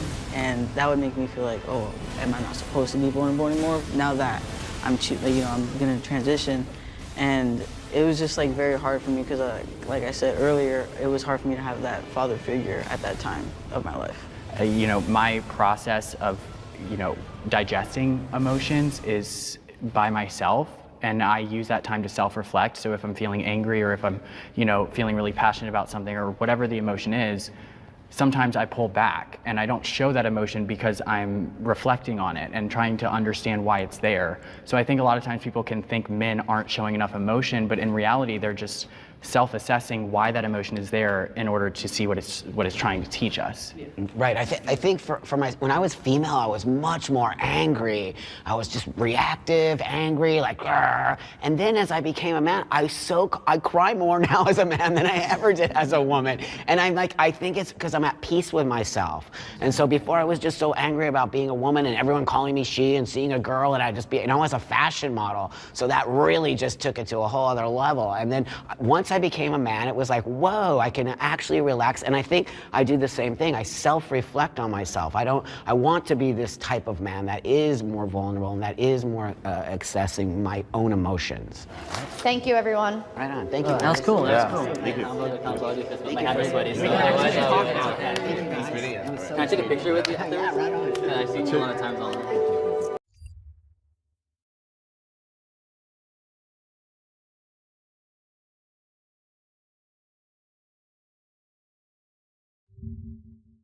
Coisa assim, então teve uma ascensão, uma queda, e daí depois da Vandinha teve uma ascensãozinha, uma queda, depois com a live de NPC também teve uma ascensão, uma queda, e tudo assim. Mas esse foi maior do que do NPC, por exemplo, ou não? Cara, não vou saber mensurar. Acho que sim. Mas porque do NPC também foi pesado. Em termos de visualização, de alcance, isso foi bem maior. Em termos de transformação, de um movimento, assim, o NPC foi maior, eu acho. Eu também acho. Porque um monte de artista, cara, um monte de humorista. A gringa, cara, postou, tipo, o jornal da gringa postando, pô, o movimento no Brasil, o TikTok baniu no Brasil, etc. Falando do Brasil, Qual que é a história do NPC? Você descobriu? Aliás, qual que é a tua estratégia? Você coloca primeiro no YouTube e depois os cortes vão para o A minha estratégia foi a mais burra possível. E foi tudo uma grande e maravilhosa e esquisita coincidência. Tipo assim, eu lancei o videozinho do Live de NPC e no final do videozinho do Live de NPC foi o vídeo no YouTube. Começou com o vídeo no YouTube, esse daí, ó. E daí no finalzinho do vídeo Live de NPC, eu pego e uso a roupinha e faço a brincadeirinha fingindo que eu tô fazendo igual das menininhas. E daí eu fiz um personagemzinho pra brincar. Falei assim, ai pessoal, vou começar a fazer live também, porque eu comecei a gostar, é tão gostoso, nossa, eu tô me sentindo bem, é tão bacana, não sabia que era tão bom assim e tal. E daí eu sai e eu pego e entro e falo assim, pô, postei o vídeo, legal. Daí eu pego e vejo um sopro. Eu falei, e se eu fizer live mesmo, só pela zoeira? E se eu abrir uma live só pra, tipo assim, fazer essa parada? Caralho, o cara manteve o personagem pesado mesmo, sabe? Daí eu criei uma continha do zero, não tinha conta, criei do nada, abri a live. Eu coloquei na edição, depois que eu terminei de gravar, na edição, eu coloquei, pô, coloca o nomezinho da continha, bota o linkzinho, só pra falar, gente, é lá, pra galera falar assim, cara, olha que cara escroto. Foi uma coisa pra minha comunidade, entendeu? Minha comunidade fala, cara, que cara escroto, cara. O cara fez o vídeo e tá vestindo o personagem mesmo, que cara bad e tal. Pra zoar com a minha comunidade. Só que daí a primeira live deu 10k. Daí, conta nova? Eu fiquei desesperado, velho. Por quê? Porque no Twitter a galera falou assim, mano, o que o Felca tá fazendo? Ninguém viu o vídeo. Ah, ninguém viu o vídeo. Só viu você Só fazendo. viu eu fazendo live no NPC. Os caras, o que o Felco tá fazendo? O que esse cara tá fazendo? Esse cara se afundou, deve tá devendo Esse cara se na afundou. O cara se afundou, ele tá ganhando dinheiro, o cara tá desesperado, não sei o que. Daí, na primeira live eu já falei assim, cara, eu vou tentar juntar uma grana pesada, me dera juntar 100k. Tá. Porque a primeira live eu já ganhei 2k. Eu falei, cara, só fazer um mês aqui eu junto 100k. Porra. Eu vou juntar 100k e vou doar. Foi a primeira ideia assim, que eu tive. E daí eu já fiquei mais confiante, que eu falei assim, pô, vou fazendo até doar, deu até mais uma ganinha mais de fazer, porque eu ia doar. E eu fiz a outra live. Pô, abri outra live. 20k de pessoa, ganhei 5 mil reais. E o Twitter falando, cara, o Felca se afundou, ele é um mercenário. Cara, eu sofri muito hate. Tá fazendo isso pela grana. Juro pra você que eu sofri muito hate, cara. Não Tem zoeira. velho. Não, porque ninguém viu o vídeo. Porque é um vídeo longo de 50 minutos, você vai ver só no final. E daí tá lá a vizinha de NPC, os caras cortando, falando, mano, o Felca é o cara mais imbecil que eu já conheci, cara. Ele não tem graça nenhuma. Ele é forçado. Ele tá desesperado por dinheiro, ele é um lixo. Era uma coisa bizarra. Assim? É, e daí, tipo assim, veio o jornal, página de jornal, o G1, por exemplo, veio falar comigo pra fazer uma entrevista, eu dei entrevista pros caras. Ninguém sabia nada. Mas nem jornalista, ninguém sabe. Achou que você fazia parte do movimento que tava fazendo a todo parada. mundo achou que eu só fiz live no PC. E daí a galera viu que dava dinheiro pra mim e começou a ir no embalo. E daí, nisso de começar a ir no embalo, muita gente fazendo, foi se criando um movimento de NPC que, cara, eu vi um vídeo que as pessoas estavam fazendo na rua, batalha de NPC. Mano. Mas tudo veio do meu vídeo, entendeu? Tudo veio daquele vídeo. Tudo veio da ideia que eu tive de começar a fazer, entendeu? E daí o cara do John chegar e falar assim, mas por que você decidiu, assim, largar o seu trabalho e começar a fazer essas lives e tudo mais? Foi pelo dinheiro, Fel? Eu ficava puto, cara. Eu ficava puto, mas daí foi pelo dinheiro. Fala a verdade, foi pelo dinheiro. Cara, desculpa dizer, assim, daí tipo assim, eu peguei e falava. Alguns eu comprava brisa, entendeu? Na verdade, quase todo mundo comprei a brisa. Falei assim, sim, o dinheiro é muito bom mesmo. É irresistível. Não resisti, entendeu? Eu quando vi ganhando, não consegui parar. Eu adoro fazer live no NPC, eu gosto muito, entendeu? Eu comprei a brisa. Porque o cara porque o cara tava todo jornal, todo jornalista que eu fui achava. Se você dá a resposta certa, não é legal pro cara publicar. É legal, exato. E os caras me tratavam igual boçal. Sério? É tipo assim, a jornalista chegava e falava assim, eu vou conversar com um ser humano muito burro. Então ela tinha toda a preocupação. Ela falava assim, oi, tá tudo bem? A gente pode começar? Então, tipo assim, o cara é a pessoa mais burro que eu já vi, entendeu? É um ser humano muito burro. E era um projetinho que eu tava fazendo. Eu não sou, mas ele entrou pensando que eu vou conversar com o TikToker, que faz live de NPC. Sim. Então o cara já entrava assim. Eram uns papos burros, entendeu? Daí, tipo assim, beleza, eu comprava brisa e tudo mais. Tipo assim, eu ficava assim, é verdade, nossa, é verdade, isso é verdade. Ficava assim, entendeu? Mas daí começou a crescer. Eu fui parar na Band, cara, no programa Zeca Camargo. E daí eu toquei um pouco mais o fosso. Falei assim, não, o TikTok é muito perigoso. Dei um pouco mais de visão, assim, porque eu tava na TV e tudo mais. E daí eu peguei, fiz o vídeo de doação, que eu peguei todo o dinheiro, fiz o vídeo de doação, mas tudo começou assim, tudo começou tipo assim, pô, vou só manter o personagem. Eu achei que ia ser só pra minha comunidade. Eu nunca que imaginar que ia virar uma coisa ali no meu TikTok. Cara, cada live que eu terminava, eu ganhava 300 mil seguidores no TikTok. Mano! Eu peguei 2 milhões de seguidores em uma semana. Um experimento social que você fez, cara. 2 milhões de seguidores em uma semana, cara. Um experimentozão social mesmo, assim, e a galera fazendo. E daí chegou um momento que já deixou de ser eu, já deixou de ser creditado a mim esse movimento. Começou só live de NPC. A galera não creditou o Felca que começou a parada, o movimento, lançou um vídeo, começou só live de NPC. Daí eu peguei, não tem como lutar contra, era o que tava acontecendo, eu aceitei. Mas, tipo assim, foi uma parada gigante. Claro que eu sou grato, porque, tipo assim, alguns acreditavam, pô, o Felca começou e tal. Mas, tipo assim, a galera começou a falar de live de NPC, fala de live de NPC até hoje, sendo que foi. E não está associado a mim, porque eu fui estopim de um movimento de outras pessoas que começaram e tudo mais. Daí. Mas, tipo assim, daí eu fiz o vídeo da doação. Por quê? Porque quando eu lancei. No YouTube. Porque quando eu lancei a última live de NPC, apareceu uma mensagem falando assim.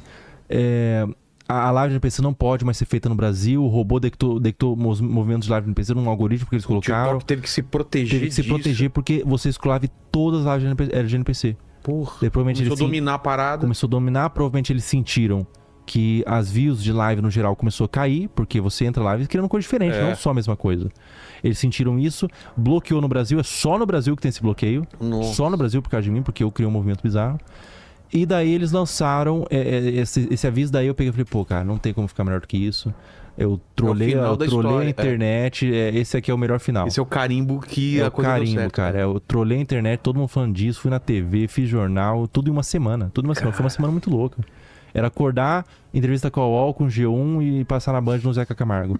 Daí no outro dia, e tudo, eu terminava a Band e ia fazer live no PZ. Eu tinha que manter por uma semana. Foi uma semana muito doida. E daí peguei 30 mil reais, de todas, uma semana de live no PC, peguei 30 mil reais e doei tudo, cara. Doei tudo, doei pro Hospital do Câncer, pro Hospital do Bichinho, das criancinhas. E daí saiu na Choquei, pô, que bacana, foi o que eu doou, tá, os negócios, fiquei feliz. A Choquei sempre me tratou bem, cara. A Choquei, todas as postagens que eles fizeram de mim foi legal. E daí foi isso, eu meio que fechei o ciclo ali. Eu falei, cara, não tem como ficar melhor do que isso. Eu pensei, às vezes, cara, passou tudo na minha cabeça nessa uma semana. Passou, tipo assim, cara, e se eu largar tudo mesmo e começar a fazer a parada e começar a fazer 10 horas de live por dia e ficar milionário, cara? Porque tem opção, cara. E dava, porque dava muita grana, cara. Era 1 hora de live. Qual que é a tua 1 hora de live e 5 mil reais. Você olhando pra trás, por que as pessoas doavam? Por que rolou isso?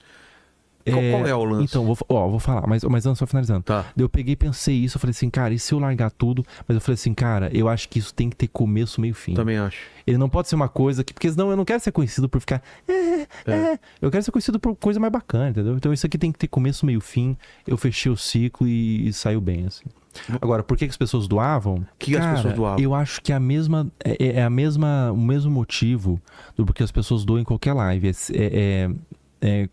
Interferir, eu acho. As pessoas... eu me sinto participante daquilo. Isso, eu sinto que eu estou interferindo na live. Só que essa live dá muito dinheiro, porque, por exemplo, uma live numa stream qualquer, num site de stream qualquer, você faz live, você vai ler o donate do cara, você vai conversar com o cara, você interfere bacana. Só que essa live dá muito dinheiro porque eu vou reagir a caráter, ele vai controlar literalmente meus movimentos. Ele controla meu movimento, ele controla o que eu falo, porque cada um tem um rosa, menino.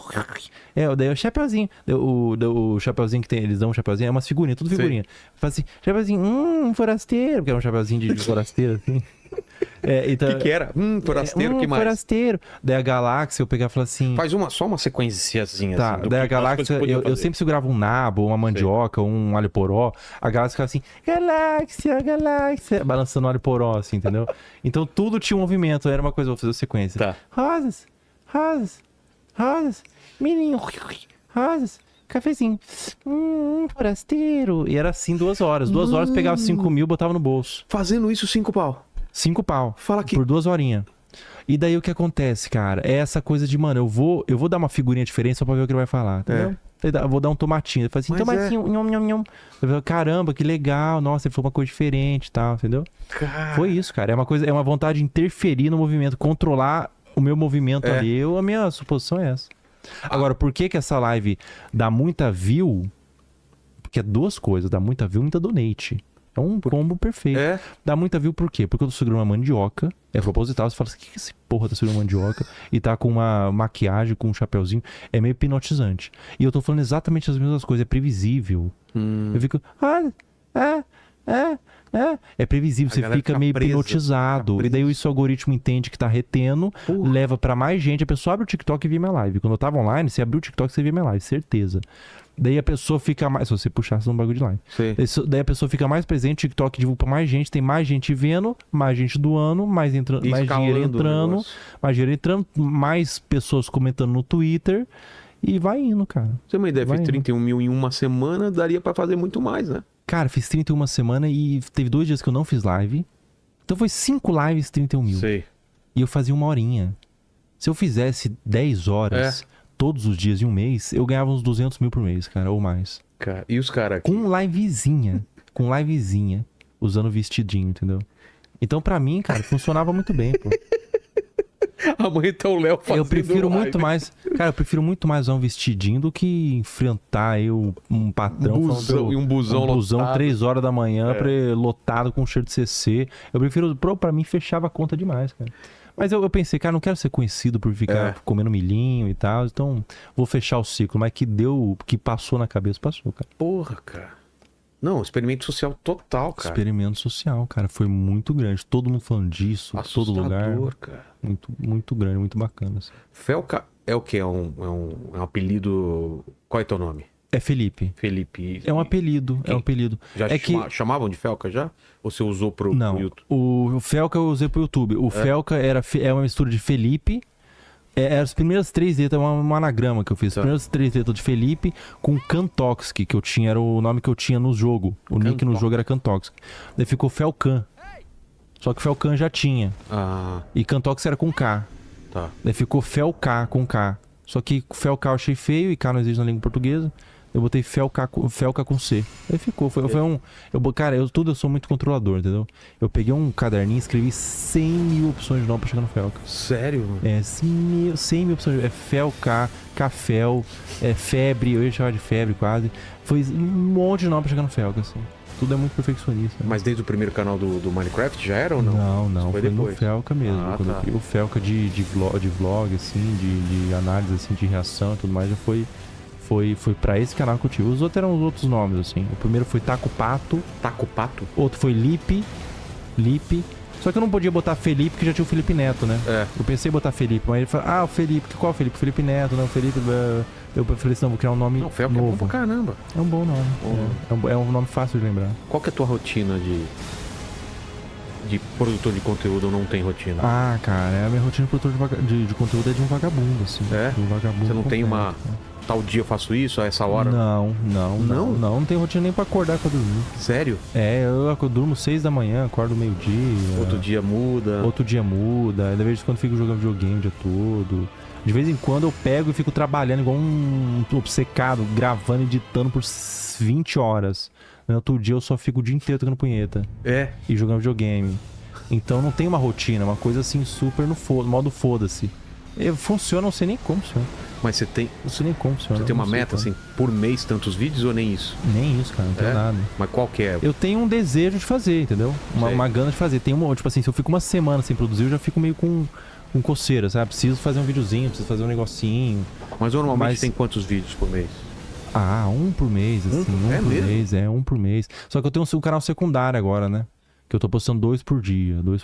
Só que é canal de live. Tá. Aí não precisa de edição. Não precisa de... Não, tem edição. Tem edição também? Tem edição. Eu pago... Esse que eu pago 5 editores. Tá. Mas o Felca, daí eu faço tudo. O editor edita, só que eu reviso o vídeo. É tudo mais bonitinho. É uma perolinha dourada, assim. Por isso que esse é mais demorado. Mais demorado. Agora, o Felquinha, que é o meu canal secundário, eu vou mais no foda. Você acaba pegando mais vídeo do que o Felca. Porque Sério? tem uma caralhada de vídeo. 60... Na verdade, são 60 vídeos no mês e 120 shorts. Porra! Então são 180 uploads no mês. Então acaba pegando view pra caramba, porque é uma caralhada de vídeo aí, né? E você vive hoje de AdSense, Publi? AdSense, Publi. Tô fechando com Opera esse mês. Já fechei com... Publi, assim, já fechei com Spotify, já fechei com Netflix. Já fechei um monte de Publi, que é uma das fontes de renda. Já fechei... AdSense. AdSense, já teve AdSense também. E também... porque todas as redes sociais têm AdSense, né? O Instagram também tem? O Instagram não. Mas o TikTok, né? Tem. Dá uma grana legal? Tem. Não. Dá uma graninha. O YouTube tem, mas, por exemplo, eu tô fazendo na Twitch também. Tá. Que dá uma graninha. O pessoal tá reclamando da Twitch, que mudou muita coisa. Ainda dá? Bom pra caramba. Cara. Bom pra caramba. Donate paga bem pra caramba. O AdSense... Vixe, eu reclamo da Twitch porque é muito mimado, cara. É mesmo? Porra, é igual reclamar do YouTube, pô. Também. Tem até um meme que é um cara num setup monstruoso, assim, com um PC maravilhoso, uma cadeira gamer, tomando um Monster, o cara com um podzinho, o cara num setup maravilhoso, falando assim, esse youtuber não paga nada. Entendeu? Num PC gamer de 50 mil reais. Mimado, cara. Porra. Paga bem pra caramba. Também Tudo acho. paga bem pra caramba, cara. Agora, TikTok, a gente não sei se a gente... TikTok, ele só paga se o vídeo tem mais de 1 minuto. Se o vídeo tem mais de 1 minuto, ele paga. Se não tiver mais de 1 minuto, ele não paga. E quando tem mais de 1 minuto, ele paga muito bem. Twitter também falou que tá monetizando, mas a gente nem... O Twitter não paga tão bem, não, cara. O TikTok, ele tem gente que faz conta de inteligência artificial, pega um vídeo daquele... Eu não sei se já viu um Rickzinho ou um Family Guy fazendo assim... curiosidades bombásticas. Ele faz um videozinho de 1 minuto encravado, traduz em todos os idiomas que existem no mundo e lança 10 vídeos desses por dia. a pessoa chega a ganhar mais de R$1 milhão com AdSense no TikTok. Tudo inteligência artificial. Texto, tudo, é voz. uma conta. Tem, hoje, se você pesquisar, tem cursos ensinando a fazer vídeo de inteligência artificial pra ganhar dinheiro no TikTok. Tá pagando muito, assim. Daqui a pouco o TikTok acaba com isso. Também. Vai ver essa brecha aí, com Mas certeza. tá, tipo, tem gente fazendo curso. Eu vi, quer ganhar dinheiro com o TikTok e tal, faça vídeos de inteligência artificial com o TikTok e tal, etc. Mano. Ô, Léo. Isso aí, Vilela. Ó, eu vi que o estilo do Fel, que é muito interessante, e eu vi que você também tá muito bonito com essa camiseta hoje. Vê, cara? Cara, gostou do meu novo look aqui? Você viu? Olha os detalhes aqui, ó. O tecido é diferente, eu vi que é diferente. É mais encorpado. Ó, os botões ficam escondidinhos aqui. Eu não tinha reparado dos botões, não apareceu pra mim. Fica super discreto aqui, da câmera tá pegando. Olha que legal, cara. Gostei demais, cara, desse modelo. Olha só. E o nome é Henley Core.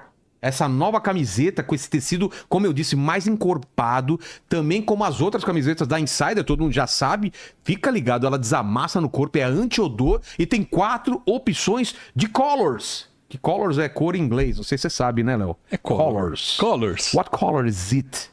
Black. Yeah. Are you sure?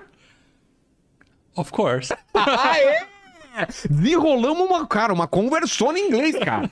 Vamos aumentar na semana que vem para 2 linhas essa conversa. Fechou? Ok.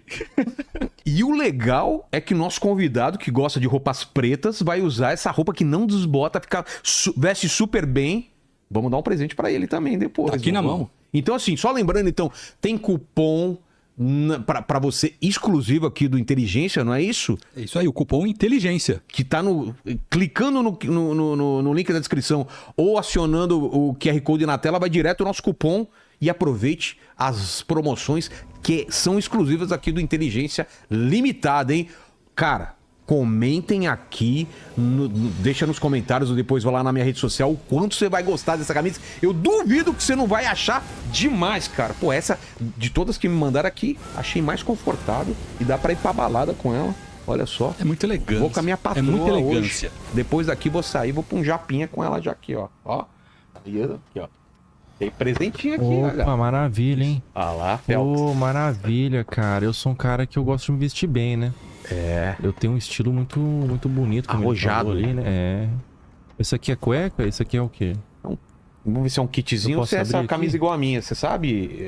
É a camisa é um nova. kitzinho. É a camisa nova, então. Ah, é a camiseta nova deles. Helen. Olha só. Ah, é um outro tecido aqui, ó. É, segundo tecido mais grosso aqui. Ah, um tecido mais grosso, né? E ela tem um botão que fica escondido. Ah, aí é na polo gola. até, ó. Olha aqui, polo? É. Não sei se é Ah, polo. tem botãozinho aqui, ó. Não sei se Cadê, isso cara? transforma em polo, mas Mostra tem... aqui. Aqui, ó. Cadê aqui? Ó, cadê o botão? Aí o botão tá escondido aqui, ó. Nem aparece. Aí você faz live de NPC com ela. Pô, obrigado, assim, cara. Confortável.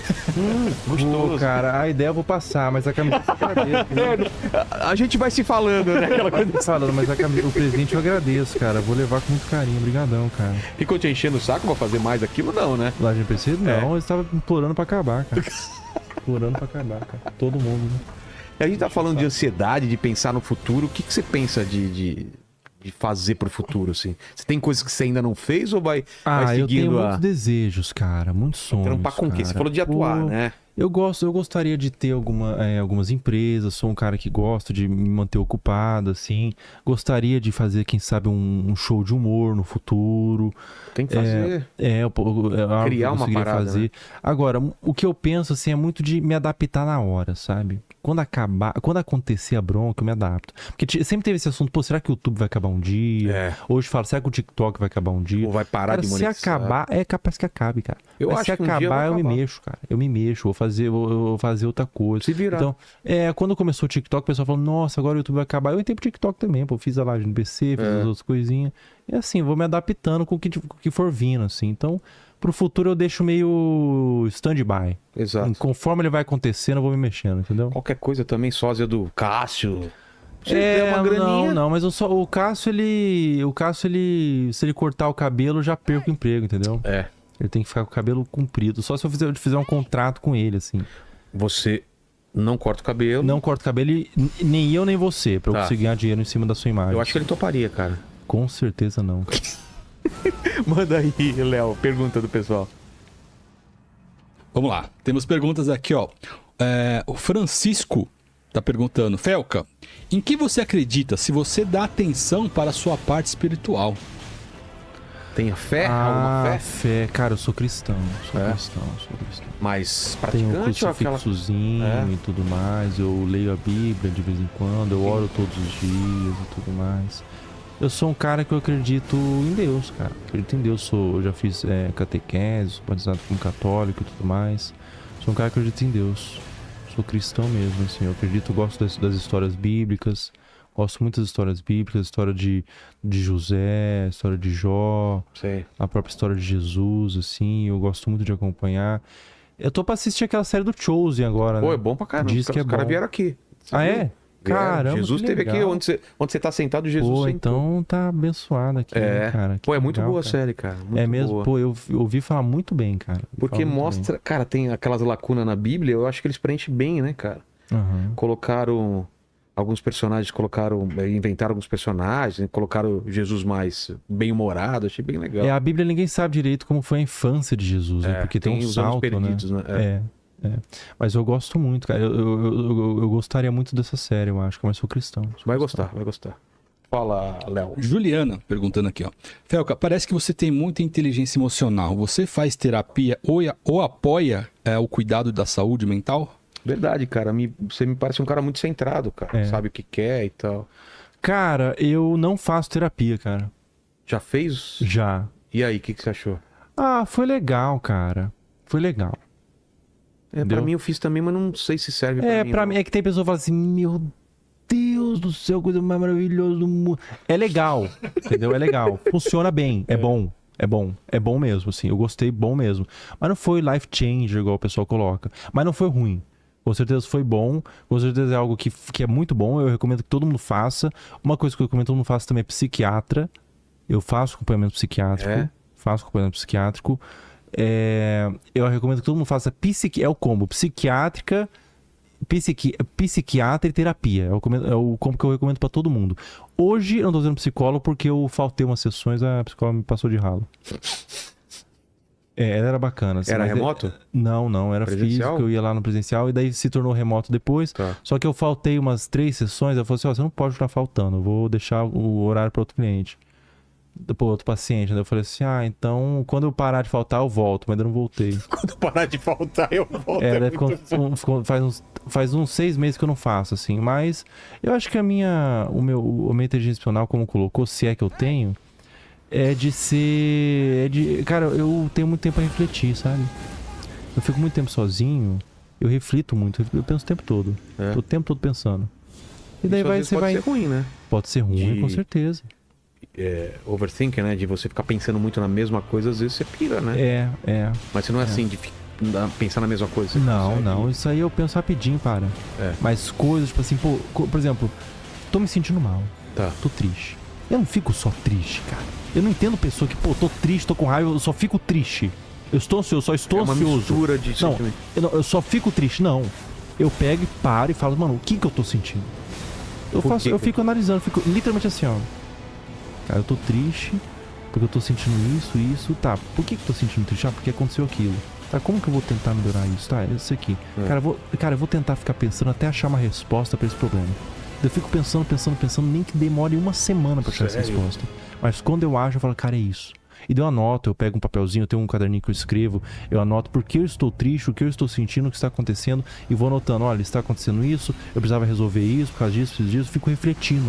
E daí isso vai gerando um autoconhecimento absurdo, assim, porque eu não fico triste, fico falando passar, eu vou assistir um filme pra esquecer. Não, é quando eu tô triste que eu vou sentar e parar e pensar pra sair daquela desgraça que eu tô, entendeu? Sim. Pra sair daquele fundo do poço que eu tô.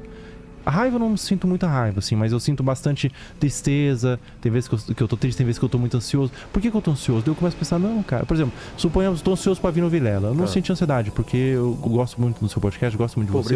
Eu saberia que eu ficaria tranquilo. Mas tô ansioso pra ir no programa. Eu não vou ficar só ansioso. Não, vou sentar, eu vou sentar e colocar... Não, não só porque eu tô ansioso, mas porque eu não deveria estar ansioso. Ah, tá. Então, quando eu fui na Band, por exemplo... eu fiquei um pouco ansioso que eu ia entrar ao vivo, nunca tinha participado da TV e tudo mais. O que vão me perguntar? E o que vão me perguntar, como que vai ser? Mas eu comecei a colocar na cabeça no lugar. Eu não pensei, meu Deus, eu tô na TV. Não, você tem que se aliar. Você tem que se auxiliar. Você tem que pensar assim, cara, tô na TV. Mas peraí, é a Band, né? Entendeu? Você tem que Ninguém vai ver mesmo. É, cara, você tem que ser seu amigo, entendeu? E mesmo que não for a Band, cara, eu tô na Globo. Mas ainda é o Brasil, cara. Ainda é um programa regional, ainda é o Brasil. Eu não tô no Jimmy Fallon, sabe? Então vai colocando... E quando você for no Jimmy Fallon? Daí eu vou falar outra coisa. Pô, o Jimmy Fallon já tá capenga já, entendeu? Ele já tá acabando, ele já daqui uns anos ele não existe mais. E se não tiver nada pra eu falar, se for realmente uma coisa de muita ansiedade, muito estímulo, muito aversivo, eu vou pegar e falar assim, cara, daqui 100 anos eu tô morto. Daqui 100 anos o Videla tá morto também. Ninguém vai daqui lembrar disso. disso. Morto. Todo mundo gosta de mim, tá morto. Então eu fico me auxiliando. Eu sou meu amigo. Eu fico refletindo, eu fico pensando, pô, isso aqui eu vou sair disso daqui, eu vou tentar melhorar, eu vou tentar me ajudar. Isso aí é o segredo. Porque se você não pode só sentir. Você tem que sentir consciente. E achar alternativas. Isso, exatamente. Isso vai criando uma autoconsciência, assim. Eu sei o que eu tô sentindo com muita facilidade. Pô, tô ansioso. Sei que é isso, porque eu já passei por reflexão muitas vezes, assim. Então acho que o meu segredo é esse. Pra eu ficar bem tranquilo assim sempre, é que eu sempre coloco em lista, coloco na mesa o que tá acontecendo comigo e como eu deveria me sentir, porque eu não deveria me sentir daquela forma. Entendi. Faz sentido? Faz sentido pra caramba, cara. Eu tenho esse problema que você tem, mas nem sempre eu me conformo com a solução que eu arranjo. Então, isso amplifica ainda. Putz, cara. E fica vindo pensamento recorrente, assim, sabe? Mas daí o que eu faço é ir pensando em várias alternativas até uma encaixar. Tem uma que encaixa, assim. Tem uma que você fala, cara, é isso daqui. É isso aqui que eu vou seguir. Pô, é isso. Tá. Daí eu sigo naquela alternativa que encaixou. Eu falo assim, pô, é a Band. Daí encaixou ali. Eu falo assim, cara... Deixou calmo? Então beleza. Nossa, eu fiquei... Se você ver o programa, eu tava super calmo. A pessoa até falou, nossa, Rafael, que legal, pô, obrigado. Porque é a Band, pô. Entendeu? Eu não vou ficar ansioso pela Band. Entendeu? Então você vai colocando a cabeça no lugar, cara. Eu tô te vendo muito tranquilo aqui também. Sempre seja seu aliado. É o Vilela, pô. O Vilela, entendeu? É o Vilela, cara. Seja sempre seu aliado, entendeu? Seja sempre seu aliado. Fala, Léo. Vanessinha pergunta aqui. Como foi conhecer Pablo Marçal pessoalmente? Se mudou sua visão e se ele instalou algum drive em você? Você tem aí uma ceninha Vou pegar aqui. da fritada? Vocês ficam com vergonha, bonitinho. Você é muito bonitinho. Ai, carinha dele, gente. Ele ficou envergonhadinho, tadinho. Tá muito bonitinho. Ô, Pablo, se você já deu a bundinha, deu uma risadinha.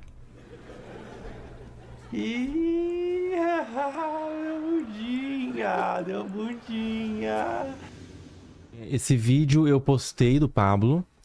E daí, esses dias agora, ele apareceu no podcast. Lá no Groselha, lá do Muca, né? Groselha, Como que foi? Você já sabia que ele ia aparecer? Tinha um seminário lá, da direita, um seminário que ele ia fazer mas era no mesmo estúdio. Não tem nada a ver com Groselha, cara. Nada a ver com Groselha. Não era pra estar lá, entendeu? Cara, Ele tava no estúdio, ele foi visitar o estúdio, porque eles entram, eles analisam como que é e tudo mais, ele foi visitar o estúdio. E eu tava no Groselha, gravando com o Muca, era o meu podcast. Só que daí o podcast, o Paulo Marçal entrou, os caras falaram assim, ó, o Paulo Marçal tá aí.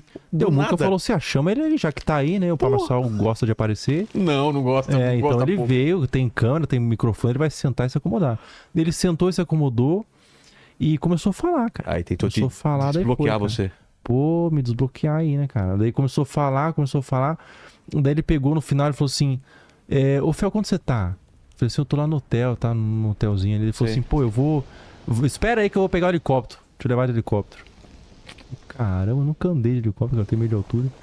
Daí eu peguei, o cara foi lá ajeitar as coisas, foi me levar de helicóptero. Eu peguei e peguei o carro e zarpei pra casa, cara. E não foi de helicóptero? Não, nem falei tchau. É isso aí, cara. Não, mas é porque o carro não podia ficar lá, eu ia deixar o carro, eu tava dirigindo, eu ia deixar, se eu tivesse de Uber eu ia, papo reto que eu ia, só pra andar de helicóptero. Eu andei de helicóptero. Perdeu uma chance. Ele me convidou, eu fui. Ah, é? Sério mesmo? Mas fiz só uma voltinha e voltei. Mas ele gravou? Gravei. Tem lá, a gente tem gravado isso daí. E aí deu problema no helicóptero. E eu falei pra ele, calma, eu tô aqui. Pronto, cara. Pronto. Pô, e é gostoso de helicóptero?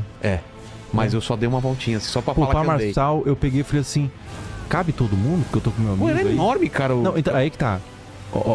Eu peguei e falei assim, ô Pablo, cabe todo mundo aqui? Porque eu tô com meu amigo. Ele falou assim, é um ônibus. Falei, caralho, só perguntei, cara. É meio assim mesmo, hippie. Mas eu só perguntei, pô. É enorme, cara. Assim, cara. Mas, cara, ele me tratou, ele foi tipo assim, eu me surpreendi, cara, porque eu achava que ele era um cara mais expansivo, assim, um cara que chega na dele, ele chegou na dele, Sotaque do interior. sentou, assim, ficou conversando, né? O cara, tipo assim... É o que eu te falo, cara, as pessoas dele, assim, são diferentes do que aparece. Ele é nem um pouco expansivo, como ele se mostra, assim, ele é um cara até meio, tipo assim, na dele. Ó, tá? pra você ter uma ideia, ele veio aqui e eu falei em todos os podcasts que eu fui que foi a pior entrevista da minha vida foi a vinda dele. Ah, eu vi a entrevista dele, ele tava loucão. Tava loucão, que ele queria me vender as paradas dele. E não é que ele... Ele ficava lendo o chat. Ele fez isso no Groselha também, ele puxou o chat e ficou assim, ó, o pessoal tá falando pro Felca falar. Fala aí, Felca. Falei, cara, foda-se o chat. Chatão, eu falei, né? foda-se o chat, cara. E depois eu fui fazer outra entrevista e, cara, foi demais. E ele falou, não, eu aprendi muito com aquilo lá, cara. Eu vi que não tinha nada a ver mesmo. O cara podia só ficar puto, né? Sim. E não, sim. cara, Ele ouve, né? Ele ouve. Mas tem toda aquela associação que é perigosa, porque ele tem uma associação política e tudo mais. Total. E daí, cara, vai que ele se torna presidente e a gente falando bem pra caramba dele, tipo assim, não bem, mas tipo assim, a gente falando dele aqui, imagina você decide falar bem pra caramba do Paulo Marçal. E daí ele se torna presidente e implanta a nova ditadura militar. Ele vai implantar o novo comunismo 3.0, tá ligado? E daí tá nós aqui falando assim, não, o Paulo Marçal é super humilde. Aí vão culpar a gente. Fala, tá então, vendo política, você? Política é delicado, cara. Política é muito delicado. Só avisar pro pessoal que o Pablo Marçal tá junto com o Sacani. Com o Marco Elon Feliciano. Musk, Marco Feliciano, Mbappé. E aquele o cara Donald lá. Trump. E o Trump. E o... Ah, cara, Marcos Palmeira também. Marcos do Palmeiras, né? Não, Marcos do Palmeira. Ah, é o Marcos Palmeira. Marcos Palmeira também. Tem o Marcos do Palmeira e tem dois. o Marcos. Às vezes é os dois, né? Às vezes eu acho que os dois estão, né? Pronto. É a nova ordem mundial, né? Mas é por isso que eu evito, cara, porque eu sou um cara que eu não gosto de política eu acho um lixo. Eu não gosto, cara. Eu sou um cara que eu só quero chegar, fazer minhas piadinhas e ir embora. Eu não quero. É que você não quero. Cara, eu sou mais velho, cara. Entra e sai político, continua a mesma merda, cara. Não muda nada. A gente tem que trabalhar sempre a mesma coisa, assim, se fode. Sim, com certeza. Mas tem aquela coisa de. Pô, cara, às vezes o cara é tudo jogo de poder, cara. O cara ele tá interessado nele próprio. Os caras quando desligam a câmera são amigos. Não, mas se você fala bem, daí a pessoa vai lá, faz uma merda, você fica associado que você falou bem. É por isso eu não gosto de dar. Eu não apoio ninguém, cara. Eu não gosto de. Você tá certo, cara. Eu não gosto de dar harpa político, porque daí você vai ficar queimado. Não, ele vai fazer merda. Não é nem que você vai ficar queimado, você vai ter culpa no cartório. Você não vai ficar queimado, você vai ter culpa no cartório. Porque você influenciou a galera. Faz o L, a outro faz a arminha. Pronto, você influenciou a galera pra seguir um lado e aquele lado se pá tava errado. E daí você vai ter culpa no cartório quando aquele lado se mostrar errado. Então se abstenha, cara. Também. Eu sou assim. Fala, Léo. Renato perguntando, Felca, olhando pra trás, como você vê os bullying que você sofreu na infância? Ah, cara, hoje eu vejo com gratidão. Foi muito pesado ou não? Foi pesado. Pesadaço. Pra caralho, porra. A galera me trancava no banheiro e me pegava no pau. Porrada? Fazia roda pra ficar me empurrando. Por nada. Porque eu era lerdão, né, cara? Lerdão no colégio é assim, pô. Eu era lerdão. Então era coisa cabulosa, pô. Eu nunca fui numa festinha de 15 anos, porque a galera me excluía, entendeu? Caramba. Coisa que eu mais tenho. Eu sou igual Michael Jackson agora, cara. Sou um cara frustrado, quero recuperar minha adolescência, entendeu? Porque minha adolescência fui excluidão, cara. Hoje, tipo assim, a coisa que eu mais olho com admiração é umas pessoas entrando numa festa de 15 anos. Eu nunca fui. Hoje não, porque ia ser esquisito pra caramba. Igual o Michael Jackson dormindo com criança, é esquisito pra caramba. Não faça isso não, pô. Cara, mas você não teve essa parte da infância. Eu queria naquele período, eu queria viver uma adolescência. Fui perder minha virgindade com 21 anos, cara. Eu perdi com 18, mas é que a minha época é diferente também, era mais difícil. Hoje em dia é estranho. Porra, com 21 anos as meninas estavam grávidas no colégio. Exato. Não, com 12 anos, com 14 anos a menina tava grávida. Eu fui perder a virgindade com 21 anos, cara. Porque eu não tive adolescência. Daí eu vi os meninos, tudo convidando pra festinha de debutante, que 15 anos todo mundo vai em festinha de debutante, pô. Uma frustração na minha vida é isso aí. Eu sou Michael Jackson, irmão. Convidando pra festinha de 15 anos, escondida de mim. Eu ficava ouvindo cochicho, assim, pra não ter que convidar eu. Sério, cara? Mas hoje eu lido com gratidão, porque a parte do meu autoconhecimento, parte de quem eu sou, parte da minha personalidade foi fundada, foi criada por eu ter tido esse período de isolamento, sabe? Eu voltei pra mim. Daí acontece que eu voltei pra mim, eu virei um amigo meu, virei meu amigo, E hoje eu lido melhor com as coisas porque eu estou em mim, sabe? Hoje eu sou um cara que eu fico muito em mim, cara. Mas poderia ter dado muito errado, hein, cara? Que sorte que você tratou isso Eu de poderia ter pegado 2 Glock com pente alongado e é perigoso, cara. Total, e entrar num... O bullying pesado, ele dá revolta, cara. Porra. Ele revolta as pessoas. Cara. Mas assim, não que eu tô passando pano ou que seja compreensível a pessoa fazer eu tentar na escola. Pra você. É bizarro, é uma coisa assim, obviamente, né? Mas existe uma revolta, cara. Existe uma revolta, porque é uma injustiça. Tipo, caramba, galera, O que eu fiz? O que eu fiz, entendeu? O que eu fiz, entendeu? Pera aí, pô. Mas daí eu vi aquilo, hoje eu vejo com gratidão, cara. Eu sei que eu não teria começado no YouTube, eu sei que eu não teria conhecido muita gente bacana depois do YouTube. Eu sei que hoje eu estaria com os caras. Com certeza, Vilela, estaria fazendo engenharia mecânica, não engenharia mecânica, estaria fazendo qualquer faculdade, que eu fazendo administração, provavelmente. Com certeza estaria trabalhando numa coisa, porque foi o canal do YouTube, com certeza foi uma resposta ao bullying. É mesmo? Foi. Tipo assim, cara, eu sofri bullying a minha vida inteira e saí e ninguém sabe, cara, nunca conversei com ninguém, poxa, eu quero conversar. Eu quero conhecer pessoas, eu quero que as pessoas me conheçam também. E daí eu criei o canal, que foi uma forma mesmo de me colocar voz, entendeu? Então, se eu tivesse amigo, se eu tivesse uma namoradinha, se eu tivesse perdido a virgindade, se eu tivesse curtido a minha adolescência, eu já estaria chegado, eu já teria realizado. Mas quando eu saí do colégio, ficou tipo assim, caralho, que frustração, porra.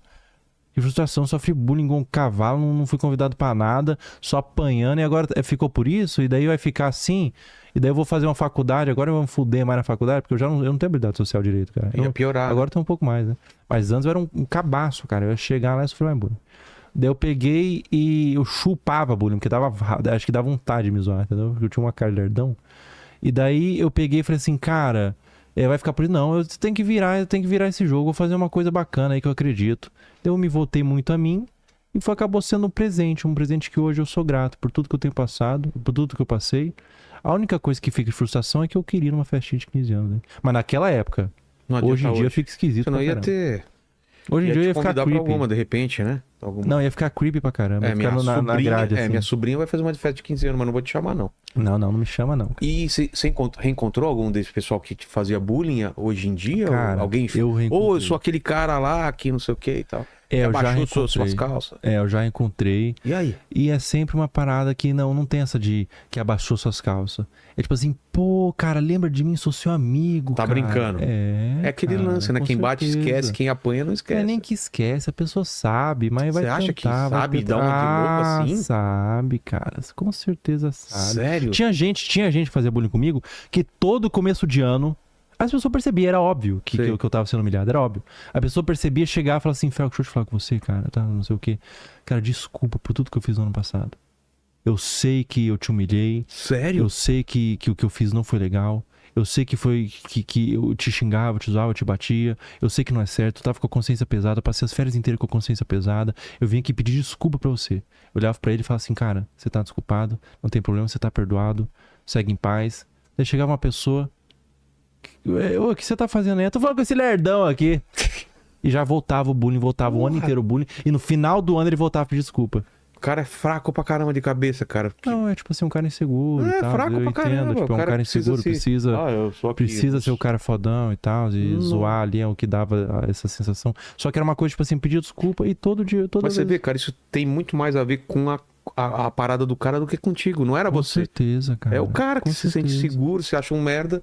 E o único jeito dele se sentir melhor é zoando você. E daí no off ele pedia desculpa, conversava normal, chegava alguém e já falava assim, tô com o nerdão aqui, o nerdão, não sei o que, e já voltava.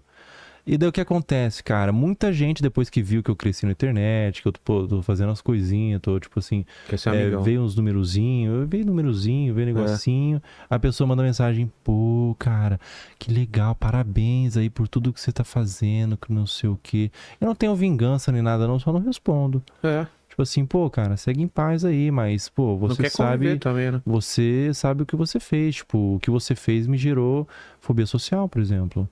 Tipo, eu fiquei, quando você terminou o colégio, você foi viver sua vida, você foi namorar, eu fiquei catando os caquinhos, cara. Fiquei catando os cacos, eu fiquei fazendo Só você sabe quanto tempo demorou e o esforço que foi, né, cara? Hoje eu sou diagnosticado com fobia social, Você cara. não consegue ir num show lotado pra ficar no meio da galera? Não, eu sou um cara que fui trancado em casa o dia inteiro. Putz. Então até hoje eu cato os cacos do que você me fez. Então, tipo assim, eu te perdoo, não quero conversar com você, não quero nada com você, mas de boa, segue mas tua segue a sua vida, mas quando você saiu do colégio, você foi ser feliz e eu fui curar. Cara. Mano, que pesado isso. E isso acontece o mais normal do que o mais comum do que a gente imagina. É muito comum, cara. né? E é por isso que muita gente vê em mim uma pessoa que reverteu. Uma pessoa que reverteu e se inspira. Fala assim, cara, porque quando você sofre bullying, cara, quando você sofre uma situação dessa, você não tem qualquer esperança que aquilo pode ser algo que vai te dar qualquer coisa. Aquilo é só uma destruição completa da sua alma. Não é uma coisa construtiva. Quando você chega e fala, o cara me vê falando assim, cara, eu sou grato por esse tempo porque construiu minha personalidade, hoje eu trabalho com o que eu amo, hoje eu tenho muitos amigos, hoje eu sou um cara muitos amigos assim virtuais, muitos, meu público, eu chamo ele de amigos, tipo assim, eu tenho um público gigante que gosta do que eu faço, que me acompanha, essa pessoa vê em mim uma inspiração. Ele fala assim, cara, se ele conseguiu, talvez eu consiga, cara. E pode acreditar, você fala assim, não, meu bullying deve ser maior que o Felca. Não, cara, meu bullying foi pesado, cara. O seu pode ser muito grande, pode até ser maior, mas pode ficar tranquilo, que se você sofre bullying, cara, você pode reverter e ter autoestima. O cara agora pode estar sofrendo bullying e ter essa esperança. Exatamente, você pode reverter, você pode ter autoestima, você pode se conhecer de uma forma que você jamais viu e você pode ter sucesso, você pode se construir, você pode ser uma pessoa foda e você pode ser muito mais foda, inclusive, do que as pessoas que fazem isso com você, porque com certeza tem a ver com a insegurança delas, mas nem pensa nisso. Pensa em você pode ser uma pessoa foda e basta acreditar e dar o tempo certo. Essa é uma mensagem que eu dou. Eu com certeza sofri muito menos que você, mas o duro é que quando o pessoal tá te zoando, você acha que você não tem talento nenhum, cara. Você não consegue o verme ver da bosta, cara. Você não consegue ver em você alguma coisa que seja destacável. E quando você descobre alguma coisa, no teu caso, e no meu que foi o desenho, foi a primeira coisa que eu comecei a sair disso por causa do desenho, você fala, cara, eu sei fazer uma parada que as pessoas admiram, e aí você começa a sair nesse ciclo de eu sou um merda, não sei fazer nada. E tem gente que tá em casa vendo isso, cara, você tem algum talento. Descubra esse talento. Por mais que as pessoas falam que você é um merda em tudo. Com certeza você tem algum feixe de qualidade que vai virar alguma coisa. É só você, cara, ir atrás dessa parada e desenvolver, né? Em tudo, cara. Antes eu era um cara que as meninas tinham nojo de mim, velho. Era nojo. Era tipo, não toca no Felca, não toca era no nem Felca. dó, era não, nojo. teve um dia que caiu meu estojo, uma história que eu não esqueço, cara. Caiu meu estojo e era aquelas cadeiras que bloqueavam o braço pra pegar aqui, sabe? Sei. Daí eu peguei, o meu estojo tava no chão e eu não tava conseguindo cansar. Deu uma menina do meu lado, ela já tinha chegado nova no colégio, não entendia como funcionava a dinâmica, a hierarquia. Ela foi me ajudar. A outra segurou na mão dela e falou na minha frente, não pega não, é do Felca. É do Felipe. Ela falou, não pega não, é do Felipe. Daí ela pegou e falou assim, ué, mas o que tem? É nojento. Cara. Dá nojo. Daí eu peguei, tive que me esgueirar assim, consegui pegar o estojo. A menina parou, fechou o braço e ficou meu estojo lá. Eu não era visto, cara. Eu não era visto, eu não existia ali. Eu não existia como ser humano. Entendeu? Que é pior do que ter ódio de você porque você fez alguma coisa que tu é muito quer odiar. Pior, cara. A indiferença é muito mais pesada do que pesada. Eu não era visto. Eu era invisível. Teve um dia que a professora perguntou um negócio pra mim, eu peguei e falei assim, qual que é a resposta que eu respondi? É porque ela perguntou pra mim, e a menina falou assim, caramba, eu nunca tinha ouvido a voz do Felipe. Cara. Era nesse nível, eu era um cara absolutamente invisível. Na hora do intervalo, tipo, você ficar sozinho no seu canto. Sozinho, completamente sozinho. Na verdade, no intervalo, eu descia no intervalo, me trancava na cabine do banheiro e ficava o intervalo todo na cabine do banheiro. Pra ninguém me ver. Porque senão iam te aloprar. Não tinha uma chance de me estourar, assim, era o tempo todo que me visse. Eu sentava na cadeira do colégio com meu coração disparado o tempo todo, porque a qualquer momento ia chegar um estojo na minha cabeça, um tapa na minha cara, ia me chegar um soco, ia me chegar uma coisa, ia me chegar um xingamento. Eu ficava o tempo todo com o coração disparado, eu ficava assim, disparado, e daí eu não podia me movimentar.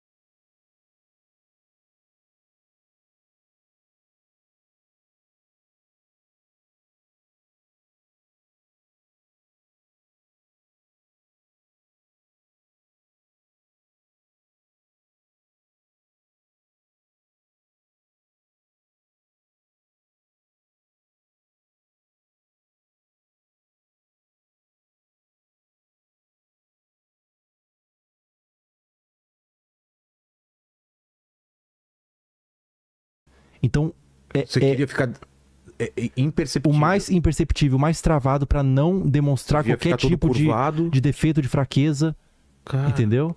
E daí não posso me incomodar de nenhuma forma, entendeu? E mesmo assim a galera me via quando era necessário pra me zoar, pra me estourar. E usava eu ali, tipo assim, daí quando saía, quando tava sentado fora, assim, que eu tava esperando meus pais chegarem, alguma coisa assim, pra me buscar, eu não existo mais. Eu só existia como uma ferramenta pra zoar. Entendeu? Então foi uma realidade que durou 8 anos, cara. Foi 8 anos sofrendo bullying. Foi no mesmo colégio. 8 anos sofrendo bullying. Então teve muitos momentos, cara. Teve muitos momentos. Assim. Cara, e você chegou nessa época...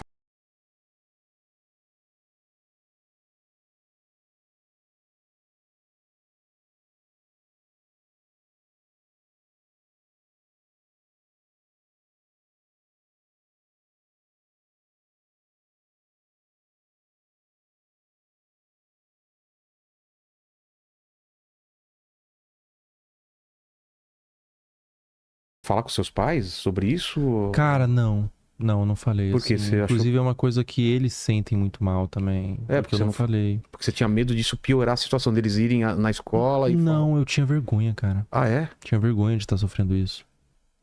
Fiquei com vergonha, tipo, eu não queria, sabe? De se achar culpado por isso ou não?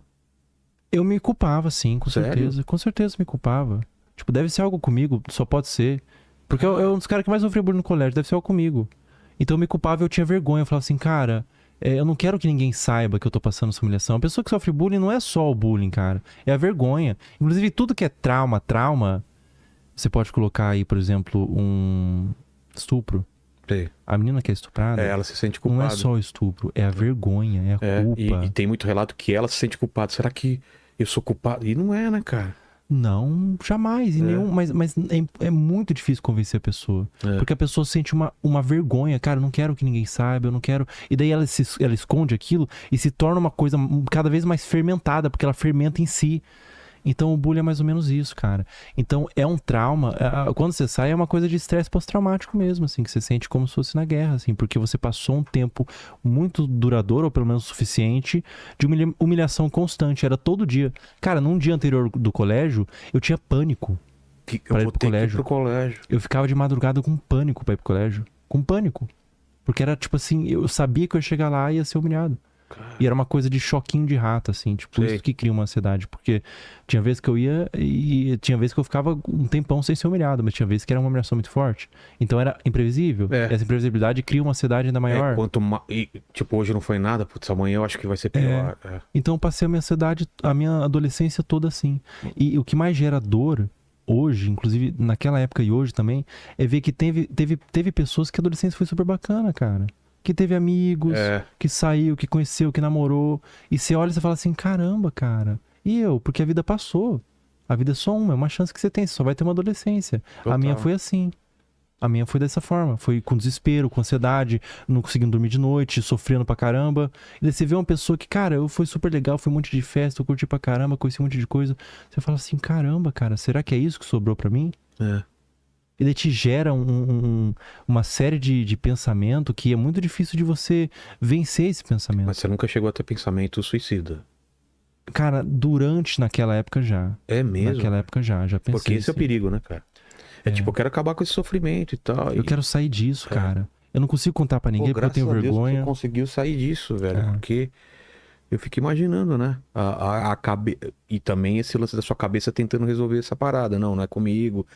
Você chegou na época a entender isso ou foi só muito tempo depois? Não, muito tempo depois, cara. Muito tempo depois. Na época eu só me sentia culpado, eu me sentia um lixo, eu me sentia um verme. Eu sentia o verme da bosta, eu me sentia o cara mais inútil e insignificante do mundo. A minha autoestima era reduzida a merda, cara. Eu era menos do que um bicho, cara. Era menos do que um animal. Meu sentimento era esse. Eu era menos do que um animal. Eu acho que um cachorro tinha mais valor do que eu. Eu tinha uma autoestima de merda. Eu não conseguia falar com ninguém porque eu não merecia falar com ninguém. Eu era um cara... eu não tinha merecimento de qualquer boa vontade. Tipo assim, quando alguém me tratava bem, eu ficava absolutamente encantado e emocionado. Porque eu não merecia ser tratado bem. Entendeu? Eu era menos do que um cachorro, cara. Mas os época. professores se tratavam normal, pelo menos? Não. Também não? Não, tinha muito professor cuzão pra caralho. Sério? Também. O professor também tem muito professor que não é, tipo... Eles também estão na hierarquia ali de querer ser queridos e querer ser bacana pros alunos. enturmar, Eles também né? têm ansiedade de... Pô, vai que os alunos não gostam de mim, eles querem se enturmar e acaba fazendo também. Entendi. Então, tipo assim... você se sente menos do que um bicho, cara. E daí quando dura o longo o suficiente, você vai ficar naquilo pra sempre. Eu sei que eu não vou sair daquilo. É um ciclo. E é por isso que eu falo muito do bullying, porque foi muito presente. Cara. Eu não consigo sair de uma parada que foi minha vida inteira. É uma coisa que você nasceu na Índia e você cresceu até os 20 anos na Índia. Como você vai parar de falar da Índia quando você tiver 30 anos? Você não vai parar de falar da Índia, é sua vida aquilo. Então bullying é a minha vida, cara. Foi a minha vida. Então tem pessoa que reclama, nossa, você fala muito do bullying. Pô! Cara, é a minha vida. Foi muito tempo, foi muito presente, foi muita exposição a isso. Não tem como você parar de falar da guerra se você é um veterano de guerra que viveu na guerra por 8 anos. Então, tipo assim, na verdade ninguém reclama disso, né? Assim, mas tipo assim, a galera me entende. É porque ela sabe que, porra, cara, isso é uma coisa que pode ajudar muita gente, porque é uma desesperança quando você tá ali no meio, é uma desesperança ferrada. E eu penso o seguinte, cara, a vontade que eu tinha era... Eu sempre fui quietão, eu sempre fui na minha, eu sempre fui sério, cara. Eu sou difícil de dar risada. Eu não sei gargalhar, eu não sei dar risada. Eu sou essa pessoa que você tá vendo, cara. Uma pessoa meio lenta, eu tenho movimento meio lento, eu sou um cara meio lerdão, eu sou isso desde criança, cara. Desde criança eu sou isso daqui. Eu sou introvertido, eu sou na minha, eu sou um cara que eu penso muito, eu sou isso daqui. Que você tá vendo. O bullying, o estímulo que eu tive, o impulso que eu tive quando a galera pegou e viu o que eu era e falou, isso aqui não é legal, isso aqui não é legal e você vai ser humilhado por ser quem você é, foi esconder. Eu vou esconder, eu vou tentar ser melhor. Se eu vou falar, eu vou tentar falar mais alto, eu vou tentar ser uma coisa que eu não sou, extrovertido, vou tentar ser mais uma coisa que pra me encaixar. E se eu posso deixar uma coisa pras pessoas, cara... Eu fiz o movimento contrário. Eu saí do colégio e falei assim, cara, eu vou me afundar e vou ser absolutamente eu mesmo, cara. Eu vou ser eu mesmo. E daí eu lancei os vídeos, era eu mesmo ali, cara. Aqui, você tá vendo eu mesmo, cara. Eu não tô me reverenciando, eu não vou ficar aqui, tipo, sei lá, puxando o saco ou fazendo um personagem. Cara, é eu mesmo, cara. Saindo daqui eu vou ser eu mesmo, com as pessoas eu vou ser eu mesmo. Eu vou tirar foto com alguém, cara, você vai ver eu sério, porque eu sou